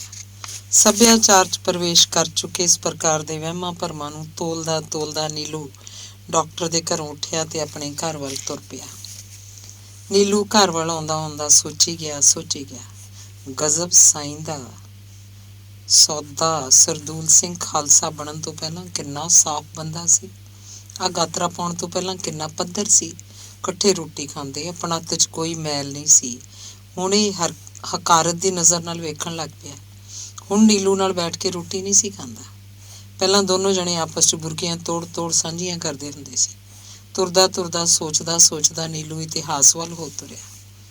ਕਿੰਨੀਆਂ ਸਦੀਆਂ ਤੱਕ ਜਨੇਊ ਆਪਣੀ ਸ਼ੁੱਧਤਾ ਗੁਆ ਕੇ ਮਨੁੱਖੀ ਆਪੇ 'ਚ ਜ਼ਹਿਰ ਘੋਲਦਾ ਰਿਹਾ। ਆਖਰ ਗੁਰੂ ਸਾਹਿਬਾਨ ਨੇ ਇਸ ਕਰਕੇ ਜਨੇਊ ਦੀਆਂ 5 ਲੜੀਆਂ ਨੂੰ ਸੰਸਾਰਕ ਰੂਪ ਦੀ ਸ਼ੁੱਧਤਾ ਵਜੋਂ ਅਪਣਾਉਣ ਦੀ ਅਪੀਲ ਕੀਤੀ ਸੀ। ਨੀਲੂ ਸੋਚਦਾ ਕਿ ਗਾਤਰਾ ਵੀ ਜਨੇਊ ਵਰਗਾ ਜ਼ਹਿਰੀਲਾ ਤਾਂ ਨਹੀਂ ਬਣਦਾ ਜਾ ਰਿਹਾ। ਨੀਲੂ ਸੋਚਦਾ ਰਿਹਾ, ਜੇਕਰ ਇਹ ਚਿੰਨ੍ਹ ਪਰਮਾਤਮਾ ਦੇ ਦਿੱਤੇ ਮਨੁੱਖੀ ਮੋਹ ਨੂੰ ਖੋਰਦੇ ਹਨ ਤਦ ਇਹਨਾਂ ਨੂੰ ਧਾਰਨ ਕਰਨ ਦਾ ਕੀ ਲਾਭ। ਡਰਿਆ ਨੀਲੂ ਜਦ ਘਰ ਪੁੱਜਿਆ ਤਾਂ ਅਜੇ ਉਹਦੀ ਮਾਂ ਜ਼ੈਦੀ ਦੇਹਲੀ ਉੱਤੇ ਬੈਠੀ ਉਹਦੀ ਉਡੀਕ ਕਰ ਰਹੀ ਸੀ। ਜ਼ੈਦੀ ਨੇ ਨੀਲੂ ਨੂੰ ਘਰ ਅੰਦਰ ਆਉਣ ਸਾਰ ਆਖਿਆ, ਪੁੱਤ ਤੂੰ ਘਰੇ ਬੈਠਿਆ ਕਰਨਾ, ਬਾਹਰ ਰੋਈਆਂ 'ਚ ਕਿੱਥੇ ਭੌਂਦਾ ਫਿਰਦਾ ਰਹਿਣਾ। ਆਹ ਟੀਵੀ ਲਾ ਲਿਆ ਕਰ। ਸਹੁਰਿਆਂ ਦੀ ਦਿੱਤੀ ਤਾਂ ਲੀਰ ਨਹੀਂ ਮਾਨ ਹੁੰਦੀ, ਇਹ ਤਾਂ ਟੀਵੀ ਹੈ। ਨਾਲੇ ਹੁਣ ਤਾਂ ਬਹੂ ਵੀ ਅਜੇ ਪੇਕੇ ਗਈ ਹੋਈ ਹੈ। ਪਹਿਲਾਂ ਤਾਂ ਚਲੋ ਥੋੜ੍ਹਾ ਝਗੜਾ ਹੋ ਜਾਂਦਾ ਹੁੰਦਾ ਸੀ। ਕਮਾਲ ਸੀ ਤੁਹਾਡੇ ਝਗੜੇ ਦਾ। ਸਟੇਸ਼ਨ ਲਾਉਣ ਲਈ ਝਗੜਾ ਹੋ ਜਾਂਦਾ। ਬਹੂ ਆਖਦੀ ਲਾਹੌਰ ਲਾਉਣਾ, ਤੂੰ ਪਤਾ ਨਹੀਂ ਦਿੱਲੀ ਲਾਉਣ ਦੀ ਹਿੰਡ ਕਿਉਂ ਕਰਦਾ ਸੀ। ਤੂੰ ਆਖਦਾ ਸੀ ਜੇ ਹਿੰਦੀ ਸੁਣਨੀ ਆ ਤਾਂ ਜਲੰਧਰ ਤੋਂ ਕਿਉਂ। ਆਪਣੀ ਮਾਂ ਦੀ ਆਖੀ ਇਸ ਗੱਲ ਨੇ ਨੀਲੂ ਨੂੰ ਥੋੜ੍ਹਾ ਕੁ ਰੋਮਾਂਟਿਕ ਕਰ ਦਿੱਤਾ। ਰੋਮਾਂਟਿਕ ਜਿਹਾ ਹੋਇਆ ਨੀਲੂ ਬੋਲਿਆ, ਬੇਬੇ ਇਸ ਡੱਬੇ 'ਚ ਕੀ ਪਿਆ। ਲਾਹੌਰ ਵਾਲੇ ਨਮਾਜ਼ ਦਾ ਪ੍ਰਚਾਰ ਕਰਕੇ ਆਪਣਾ ਨਿਜ਼ਾਮ ਕਾਇਮ ਰੱਖਣਾ ਚਾਹੁੰਦੇ ਨੇ ਤੇ ਇੱਥੇ ਦਿੱਲੀ ਵਾਲੇ ਕੁਛ ਲੀਡਰਾਂ ਨੂੰ ਹੀ ਹੱਥ ਦਾ ਰੂਪ ਦਰਸਾ ਕੇ ਕੁਰਸੀ ਮੱਲੀ ਰੱਖਣਾ ਚਾਹੁੰਦੇ ਆ। ਪਹਿਲਾਂ ਦਿੱਲੀ ਵਾਲੇ ਇੰਦਰਾ ਨੂੰ ਦੇਵੀ ਆਖਦੇ ਰਹੇ, ਹੁਣ ਇਹ ਰਾਜੀਵ ਨੂੰ ਦੁੱਧ ਧੋਤਾ ਕਰਦੇ ਫਿਰਦੇ ਨੇ। ਬੇਬੇ ਇਹ ਸਭ ਚਾਲਾਂ ਨੇ। ਇਹਨਾਂ ਗੱਲਾਂ ਤੋਂ ਕਦੇ ਕਦੇ ਤਾਂ ਇੰਨਾ ਅੱਕ ਜਾਈਦਾ ਵੀ ਟੀਵੀ ਤੇ ਇੱਟ ਮਾਰੀਏ। ਬੇਬੇ ਤੂੰ ਤਾਂ ਮੇਰੀ ਅਣਭੋਲ ਮਾਂ ਹੈ। ਮਾਵਾਂ ਹੁੰਦੀਆਂ ਹੀ ਅਣਭੋਲ ਨੇ ਤੇ ਤੂੰ ਸਾਰੀ ਉਮਰ ਲੋਕਾਂ ਦੇ ਜੰਮਣ ਮਰਨ ਦੇ ਵਿਆਹ ਦੇ ਸੱਦੇ ਹੀ ਦਿੰਦੀ ਰਹੀ। ਆਹ ਵੇਖ ਨਾ, ਕਿਸੇ ਬੁੱਢੇ ਬੁੱਢੀ ਦਾ ਜਦੋਂ ਕਿਸੇ ਵੱਡਾ ਕੀਤਾ ਤਾਂ ਤੂੰ ਸਿਆਪੇ 'ਚ ਮੋਹਰੀ ਬਣ ਕੇ ਕੀਰਨੇ ਪਾਉਂਦੀ ਰਹੀ। ਬੇਬੇ ਤੈਨੂੰ ਤਾਂ ਸਿਆਪੇ ਦਾ ਨਾਟਕ ਰਚਾਉਣਾ ਆਉਂਦਾ ਹੈ। ਐਵੇਂ ਮਿੱਚੀ ਦੇ ਹੰਝੂ ਕੇਰਨੇ ਆਉਂਦੇ ਆ। ਬਸ ਬੇਬੇ, ਆ ਸਾਰੇ ਲੀਡਰ ਵੀ ਬਨੌਟੀ ਸਿਆਪਾ ਹੀ ਕਰਦੇ ਆ। ਐਵੇਂ ਮਿੱਚੀ ਦੇ ਹੰਝੂ ਕੇਰਦੇ ਆ। ਇੱਧਰ ਆਪਣਾ ਪੰਜਾਬ ਅੱਗ 'ਚ, ਉੱਧਰ ਉਹਨਾਂ ਨੂੰ ਕਹਾਵਤ ਚੇਤੇ ਹੈ, ਘੀ ਖਾਓ ਸ਼ੱਕਰ ਸੇ ਦੁਨੀਆ ਲੁੱਟੋ ਮੱਕਰ ਸੇ। ਇਹ ਅਖੌਤੀ ਲੀਡਰ ਸਾਲੇ ਸਾਰੇ ਦੇ ਸਾਰੇ ਮਰਾਸਣਾ ਨੇ। ਚੱਲ ਛੱਡ ਬੇਬੇ ਇਹਨਾਂ ਗੱਲਾਂ ਨੂੰ। ਇੰਝ ਕਰ, ਤੂੰ ਤਾਂ ਬਣਾ ਅੱਜ ਤਿਹੌਲੇ ਦਾ ਕੜਾਹ ਤੇ ਆਲੂਆਂ ਦੀ ਸਬਜ਼ੀ, ਤੇ ਮੈਂ ਸਿਰ 'ਚ ਪਾਣੀ ਸਿੱਟ ਲਵਾਂ। ਸਿਰ ਸਾਲਾ ਗਰਮ ਜਿਹਾ ਹੋਇਆ ਪਿਆ। ਹੋ ਸਕਦਾ ਅੱਜ ਰਾਤ ਨੂੰ ਬੋਧਾ ਹੋਵੇ। ਜੈਦੀ ਨੂੰ ਆਪਣੇ ਪੁੱਤ ਦੀਆਂ ਆਖੀਆਂ ਬਾਕੀ ਸਾਰੀਆਂ ਗੱਲਾਂ ਤਾਂ ਬਹੁਤ ਚੰਗੀਆਂ ਲੱਗੀਆਂ, ਪਰ ਆ ਗਿਆ ਵੀ ਅੱਜ ਰਾਤੀ ਸ਼ਾਇਦ ਬੋਧਾ ਆਵੇ। ਨੀਲੂ ਨੇ ਨਹਾਉਣ ਦੀ ਤਿਆਰੀ ਕਰਕੇ ਪੰਪ ਦੇ ਇੱਕ ਪਾਸੇ ਬਣੇ ਸੀਮੈਂਟ ਦੇ ਕੁੰਡ ਨੂੰ ਚੰਗੀ ਤਰ੍ਹਾਂ ਸਾਫ਼ ਕਰਕੇ ਪਾਣੀ ਨਾਲ ਭਰ ਲਿਆ। ਕੁੰਡ ਨੂੰ ਪਾਣੀ ਨਾਲ ਭਰ ਕੇ ਨੀਲੂ ਨੇ ਅਜੇ 2-3 ਗੜਵੀਆਂ ਹੀ ਆਪਣੇ ਸਿਰ ਤੇ ਪਾਈਆਂ ਸੀ, ਜਦ ਕਿ ਉਹਨੂੰ ਮੱਲੋ ਮੱਲੀ ਹਾਸੀ ਆ ਗਈ। ਨੀਲੂ ਹੱਸਦਾ ਰਿਹਾ ਤੇ ਚੌਂਕੇ 'ਚ ਬੈਠੀ ਜੈਦੀ ਹੈਰਾਨ ਹੁੰਦੀ ਰਹੀ। ਜਿਉਂ-ਜਿਉਂ ਜੈਦੀ ਹੈਰਾਨ ਹੁੰਦੀ ਗਈ ਤੇ ਨੀਲੂ ਹੱਸਦਾ ਤੇ ਹੋਰ ਹੱਸਦਾ ਰਿਹਾ। ਨੀਲੂ ਦੀ ਆਪ ਮੁਹਾਰੇ ਆਈ ਹਾਸੀ ਥੋੜ੍ਹੀ ਕੁ ਜਦ ਰੁਕੀ ਤਾਂ ਉਹਨੇ ਆਪਣੀ ਮਾਂ ਨੂੰ ਪੁੱਛਿਆ, ਬੇਬੇ ਆ ਤੂੰ ਬਾਹਰਲਾ ਦਰਵਾਜ਼ਾ ਕਿਉਂ ਲਾਇਆ? ਬੇਬੇ, ਉਹ ਦਲੇਰ ਤਾਂ ਬਹੁਤ ਨੇ, ਪਰ ਇਸ ਦਲੇਰੀ ਦਾ ਕੀ ਲਾਭ? ਤੇ ਆਖਰ ਜੈਦੀ ਨੀਲੂ ਦੀ ਮਾਂ ਬੋਲੀ, ਵੇਖ ਪੁੱਤੇ ਕਿਹੋ ਜਿਹੇ ਨਿਕਰਮੇ ਦਿਹਾੜੇ ਆ ਚੱਲੇ ਨੇ। ਅਬੋਧਾ ਨਿੱਕਾ ਜਿਹਾ ਜਦੋਂ ਹੁੰਦਾ ਸੀ ਨਾ, ਤਾਂ ਵੇਖੀ ਨਾ ਬਲੂੰਗੜੇ ਵਰਗਾ ਹੁੰਦਾ ਸੀ। ਸਤਮਾਹਾਂ ਸੀ ਨਾ, ਇਹਦੇ ਬਚਣ ਦੀ ਕੋਈ ਆਸ ਨਹੀਂ ਸੀ। ਇਹਦੀ ਮਾਂ ਨੂੰ ਦੁੱਧ ਨਾ ਉਤਰਿਆ ਕਰੇ। ਬੋਧੇ ਦੀ ਮਾਂ ਦੀਆਂ ਦੁੱਧੀਆਂ ਵੀ ਐਵੇਂ ਨਿੱਕੇ ਨਿੱਕੇ ਬੁਲਬੁਲਿਆਂ ਵਰਗੀਆਂ ਸੀ। ਪਿੰਡ 'ਚ ਬੁੜੀਆਂ ਆਖਿਆ ਕਰਨ, ਇਹਨੂੰ ਰੂੰ ਦੀ ਪੂਣੀ ਨਾਲ ਦੁੱਧ ਪਿਆਇਆ ਕਰ। ਲੈ ਭਾਈ ਤੂੰ ਸੁਣ ਲੈ। ਬੋਧਾ ਇਹੀ ਸੀ ਜਿਵੇਂ ਬਸ 2-4 ਦਿਨਾਂ ਦਾ ਹੀ ਪ੍ਰਾਹੁਣਾ ਹੋਵੇ। ਅੱਜ ਮਰਿਆ ਭਲਕੇ ਮਰਿਆ। ਇੱਕ ਦਿਨ ਬੋਧੇ ਦੀ ਮਾਂ ਰੋਂਦੀ ਰੋਂਦੀ ਮੇਰੇ ਕੋਲ ਆਈ। ਗੋਦੀ ਉਹਦੇ ਸੀ ਬਲੂੰਗੜਾ ਜਿਹਾ ਮਰਿਆ ਇਹ ਬੋਧਾ। ਜੈਦੀ ਨੇ ਗੱਲ ਕਰਦਿਆਂ ਡੂੰਘੇ ਡੂੰਘੇ ਹੌਕੇ ਭਰੇ ਤੇ ਫਿਰ ਗੱਲ ਸ਼ੁਰੂ ਕੀਤੀ। ਚੌਂਕੇ 'ਚ ਪੀੜ੍ਹੀ ਉੱਤੇ ਬੈਠੇ ਆਪਣੇ ਪੁੱਤ ਨੀਲੂ ਨਾਲ ਜੈਦੀ ਲੋਰਜੇ 'ਚ ਹੋਈ ਬੀਤੀ ਕਹਾਣੀ ਸਾਂਝੀ ਕਰ ਰਹੀ ਸੀ। ਉਦਣ ਬੋਧੇ ਦੀ ਮਾਂ ਮੇਰੇ ਕੋਲ ਬੈਠੀ ਰੋਂਦੀ ਰਹੀ ਤੇ ਕਹਿੰਦੀ ਰਹੀ, ਨੀ ਭੈਣੇ, ਜੇ ਤੂੰ ਰਾਧੇ ਨੂੰ ਮੇਰੇ ਪੇਕੀ ਘੱਲ ਦੇਵੇਂ ਤਾਂ ਉੱਥੋਂ ਮੇਰੇ ਵੱਡੇ ਭਰਾ ਨੂੰ ਬੁਲਾ ਲਿਆਵੇ। ਉਹਦਾ ਉੱਥੇ ਮੰਡੀ 'ਚ ਕੋਈ ਡਾਕਟਰ ਜਾਣੂ ਹੈ, ਸ਼ਾਇਦ ਇਹ ਚੂਹਾ ਜਿਹਾ ਬਚ ਜਾਵੇ। ਪੁੱਤ ਨੀਲੂ, ਤੁਹਾਨੂੰ ਨਹੀਂ ਪਤਾ, ਬੁੜੀਆਂ ਨੂੰ ਬੜਾ ਵਹਿਮ ਹੁੰਦਾ ਜੇਕਰ ਉਹਨਾਂ ਦਾ ਪਹਿਲਾ ਜਾਇਆ ਨਾਲ ਨਾ ਜੁੜੇ। ਉਹਦੇ ਮਨ 'ਚ ਇੱਕ ਵਹਿਮ ਸੀ, ਉੱਥੇ ਪੇਕੀ ਇਸ ਕਰਕੇ ਇਹ ਵਿਚਾਰੀ ਤਾਂ ਪਹਿਲਾਂ ਜਣੇਪਾ ਕਰਨ ਵੀ ਉੱਥੇ ਨਹੀਂ ਸੀ ਗਈ। ਇਹਨਾਂ ਗੱਲਾਂ ਦੇ ਹੁੰਦਿਆਂ ਹੀ ਮੈਂ ਭਾਈ ਬੋਧੇ ਨੂੰ ਫੜਿਆ ਤੇ ਆਪਣੀ ਦੁੱਧੀ ਉਹਦੇ ਮੂੰਹ 'ਚ ਦੇ ਦਿੱਤੀ। ਮੁੰਡਾ ਤਾਂ ਚੱਪ ਮੂੰਹ ਮਾਰਨ ਲੱਗ ਪਿਆ। ਤੂੰ ਵੀ ਉਦੋਂ ਬੋਧੇ ਜਿੱਡਾ ਹੀ ਸੀ। ਲੈ ਭਾਈ, ਬਸ ਫੇਰ ਬੋਧੇ ਨੇ 10 ਘੁੱਟਾਂ ਨਹੀਂ ਸੀ ਭਰੀਆਂ, ਉਹਦਾ ਤਾਂ ਦਮ ਜਿਹਾ ਉਖੜ ਗਿਆ। ਕਿੱਥੇ ਭਰੀ ਦੁੱਧੀ ਦਾ ਦੁੱਧ, ਕਿਤੇ ਰੂੰ ਦੀ ਪੂਣੀ ਦਾ ਦੁੱਧ। ਬਸ ਫੇਰ ਕੀ ਸੀ ਨੀਲਿਆ, ਮੇਰੀ ਇੱਕ ਦੁੱਧੀ ਨੂੰ ਬੋਧਾ ਤੇ ਦੂਜੀ ਨੂੰ ਤੂੰ ਚੁੰਗਿਆ ਕਰੇ। ਬਸ ਭਾਈ ਮੁੰਡੇ ਨੇ ਤਾਂ ਦਿਨਾਂ 'ਚ ਹੀ ਟੈਕ ਫੜ ਲਈ। ਜੈਦੀ ਆਪਣੇ ਪੁੱਤ ਨੀਲੂ ਨੂੰ ਇਹ ਗੱਲ ਸੁਣਾਉਂਦੀ ਮਹਿਸੂਸ ਕਰ ਰਹੀ ਸੀ ਜਿਵੇਂ ਬੋਧਾ ਤੇ ਨੀਲੂ ਅੱਜ ਵੀ ਇਕੱਠੇ ਉਹਦੀ ਗੋਦੀ 'ਚ ਪਏ ਉਹਦੀਆਂ ਦੁੱਧੀਆਂ 'ਚੋਂ ਦੁੱਧ ਚੁੰਗ ਰਹੇ ਸਨ। ਜੈਦੀ ਘੜੀ ਪਲ ਲਈ ਚੁੱਪ ਕਰ ਗਈ, ਜਿਵੇਂ ਉਹਦੀਆਂ ਅੱਖਾਂ ਸਾਹਮਣੇ ਆਪਣੇ ਪਿੰਡ 'ਚ ਛਾਈ ਉਦਾਸੀ ਆ ਗਈ ਹੋਵੇ। ਨੀਲੂ ਵੀ ਸੋਚਾਂ 'ਚ ਪੈ ਗਿਆ। ਪੰਜਾਬ ਦੀ ਇੱਕ ਬੁੱਕਲ 'ਚ ਪਲਣ ਵਾਲੇ ਹਿੰਦੂ ਸਿੱਖ ਮੁਸਲਮਾਨ ਸੰਨ 47 ਵੇਲੇ ਬਘਿਆੜ ਕਿਉਂ ਬਣ ਗਏ ਸੀ? ਜੈਦੀ ਬੋਲੀ, ਭਾਈ ਨੀਲੂ, ਸੀਖਤ ਮਾੜੀ ਹੁੰਦੀ ਹੈ। ਵੇਖ ਲੈ ਨੀਲੂ, ਬੋਧੇ ਦੀ ਮਾਂ ਮੇਰੇ ਨਾਲ ਹੁਣ ਤੱਕ ਪੁੱਗਦੀ ਆ ਰਹੀ ਹੈ। ਮੈਂ ਨਹੀਂ ਅਜਿਹੀ ਤਕੜੇ ਜੇਰੇ ਵਾਲੀ ਜੱਟੀ ਵੇਖਣੀ। ਕੇਰਾਂ ਤਾਂ ਆਪਣੇ ਸਹੁਰੇ ਨਾਲ ਦੂਰੋਂ ਦੂਰੀ ਹੁੰਦੀ ਆਪਣੀ ਖੁਰਲੀ ਤੇ ਸੱਜਰ ਸੂਈ ਮੱਝ ਬਣ ਗਈ। ਇਸ ਮਗਰੋਂ ਬੋਧੇ ਦਾ ਬਾਬਾ ਜਦੋਂ ਬਹੁਤ ਹੀ ਔਖਾ ਭਾਰਾ ਹੋਣ ਲੱਗਿਆ ਤਾਂ ਵੇਖ ਲੈ ਭਾਈ, ਇਹਨੇ ਮੂਹਰੋਂ ਸ਼ੇਰਨੀ ਵਾਂਗ ਗਰਜਦਿਆਂ ਆਖਿਆ, ਆ ਤੇਰਾ ਪੋਤਾ ਜੈਦੀ ਦੇ ਦੁੱਧ ਦਾ ਹੀ ਪਲਿਆ ਹੈ। ਉਹ ਦਿਨ ਭੁੱਲ ਗਏ? ਮੱਝ ਦੇ ਦੁੱਧ ਤੇ ਮਾਂ ਦੇ ਦੁੱਧ ਦਾ ਕੀ ਮੇਲ? ਲੈ ਭਾਈ ਨੀਲਿਆ, ਉਹ ਦਿਨ ਸੋ ਦਿਨ। ਬੁੜਾ ਤਾਂ ਕੰਨਾਂ ਤੇ ਹੱਥ ਰੱਖ ਗਿਆ। ਬੋਧੇ ਦਾ ਬਾਪੂ ਵਿਚਾਰਾ ਗਊ ਸੀ, ਗਊ। ਨੀਲੂ ਪੁੱਤਰਾ, ਜੈਦੀ ਗੱਲ ਸੁਣਾਉਂਦੀ ਇੱਕ ਲੰਮਾ ਸਾਰਾ ਹੌਕਾ ਭਰ ਕੇ ਮੁੜ ਰੋਣ ਲੱਗ ਪਈ। ਨੀਲੂ ਬੜਾ ਹੈਰਾਨ ਸੀ, ਇਹ ਕੀ ਭਾਣਾ ਬੀਤ ਗਿਆ। ਗੱਲ 'ਚ ਗਵਾਚੀ ਉਹਦੀ ਮਾਂ ਮੁੜ ਰੋਣ ਕਿਉਂ ਲੱਗ ਪਈ? ਆਥਣ ਹੁਣ ਛੇਤੀ ਛੇਤੀ ਰਾਤ 'ਚ ਬਦਲ ਰਿਹਾ ਸੀ, ਹਨੇਰਾ ਗਾੜਾ ਹੋ ਰਿਹਾ ਸੀ। ਆਪਣੀ ਰੋਂਦੀ ਮਾਂ ਨੂੰ ਚੁੱਪ ਕਰਾਉਣ ਲਈ ਨੀਲੂ ਨੇ ਆਖਿਆ, ਬੇਬੇ ਤੂੰ ਰੋ ਨਾ। ਬੋਧਾ ਮੈਨੂੰ ਇੰਝ ਕਾਹਨੂੰ ਮਾਰੂ? ਜਦੋਂ ਉਹਨਾਂ ਕਿਸੇ ਨੂੰ ਮਾਰਨਾ ਹੁੰਦਾ ਹੈ ਉਹ ਬੜੀ ਦਲੇਰੀ ਨਾਲ ਮਾਰਦੇ ਆ। ਪਰ ਦੁੱਖ ਤਾਂ ਬੇਬੇ ਇਸ ਗੱਲ ਦਾ ਹੈ ਵੀ ਕਦੀ ਸਿੱਖ ਸੂਰਮਿਆਂ ਦੀ ਦਲੇਰੀ ਜ਼ਿੰਦਗੀ ਲਈ ਨਹੀਂ, ਪੰਜਾਬ ਵਾਸਤੇ ਸੀ, ਤੇ ਹੁਣ ਉਹ ਆਪਣੀ ਦਲੇਰੀ ਨੂੰ ਮੌਤ ਲਈ ਵਰਤ ਰਹੇ ਆ। ਬੇਬੇ ਇਹ ਦਲੇਰੀ ਕਦੇ ਨਿਹੱਥਿਆਂ ਦਾ ਆਸਰਾ ਹੁੰਦੀ ਸੀ, ਹੁਣ ਇਹ ਨਿਹੱਥਿਆਂ ਦੀ ਮੌਤ ਦਾ ਸੰਮਣ ਬਣ ਕੇ ਉਹਨਾਂ ਦੇ ਦਰ ਖੜਕਾਉਂਦੀ ਹੈ। ਜੈਦੀ ਦੁਆਰਾ ਚੁੱਲ੍ਹੇ 'ਚ ਮਚਾਈ ਅੱਗ ਦੀ ਲਾਟ ਨਾਲ ਵਿਹੜੇ ਦਾ ਗਾੜਾ ਹਨੇਰਾ ਹਟਿਆ। ਨੀਲੂ ਆਪਣੀ ਮਾਂ ਕੋਲੋਂ ਉੱਠਿਆ ਤੇ ਅੰਦਰ ਸਬਾਤ 'ਚ ਮੰਜੇ ਉੱਤੇ ਆ ਡਿੱਗਿਆ। ਨੀਲੂ ਨੂੰ ਚੁੱਲ੍ਹੇ 'ਚ ਮੱਚਦੀ ਅੱਗ ਦੇ ਚਾਨਣ ਨਾਲ ਲਾਲ ਹੋਏ ਆਪਣੇ ਘਰ ਦੇ ਵਿਹੜੇ 'ਚ ਬਹੁਤ ਪਹਿਲਾਂ ਮਰ ਚੁੱਕੇ ਆਪਣੇ ਰਾਖੇ ਰਾਧੇ ਦੀ ਲੋਥ ਦਾ ਚੇਤਾ ਪਿਆ। ਨੀਲੂ ਨੂੰ ਆਪਣੀ ਮਾਂ ਦੁਆਰਾ ਸੁਣਾਈ ਕਹਾਣੀ ਨੇ ਧੁਰ ਅੰਦਰ ਤੱਕ ਹਲੂਣ ਦਿੱਤਾ ਸੀ। ਨੀਲੂ ਬੋਧੇ ਦੇ ਬਚਪਨ ਦੀ ਕਹਾਣੀ 'ਚ ਗੁਆਚਿਆ ਸੋਚੀ ਜਾ ਰਿਹਾ ਸੀ। ਦੁੱਧ ਬੁੱਧ ਦੇ ਸੀਰੀ ਪੰਜਾਬ ਦੇ ਵਿਸ਼ਾਲ ਆਪੇ ਵਾਲੇ ਵਿਹੜੇ 'ਚ ਲੋਥਾਂ ਖਿਲਾਰਨ ਦੀ ਖੇਲ ਕੌਣ ਰਚਾ ਰਿਹਾ ਹੈ। ਧੰਨਵਾਦ।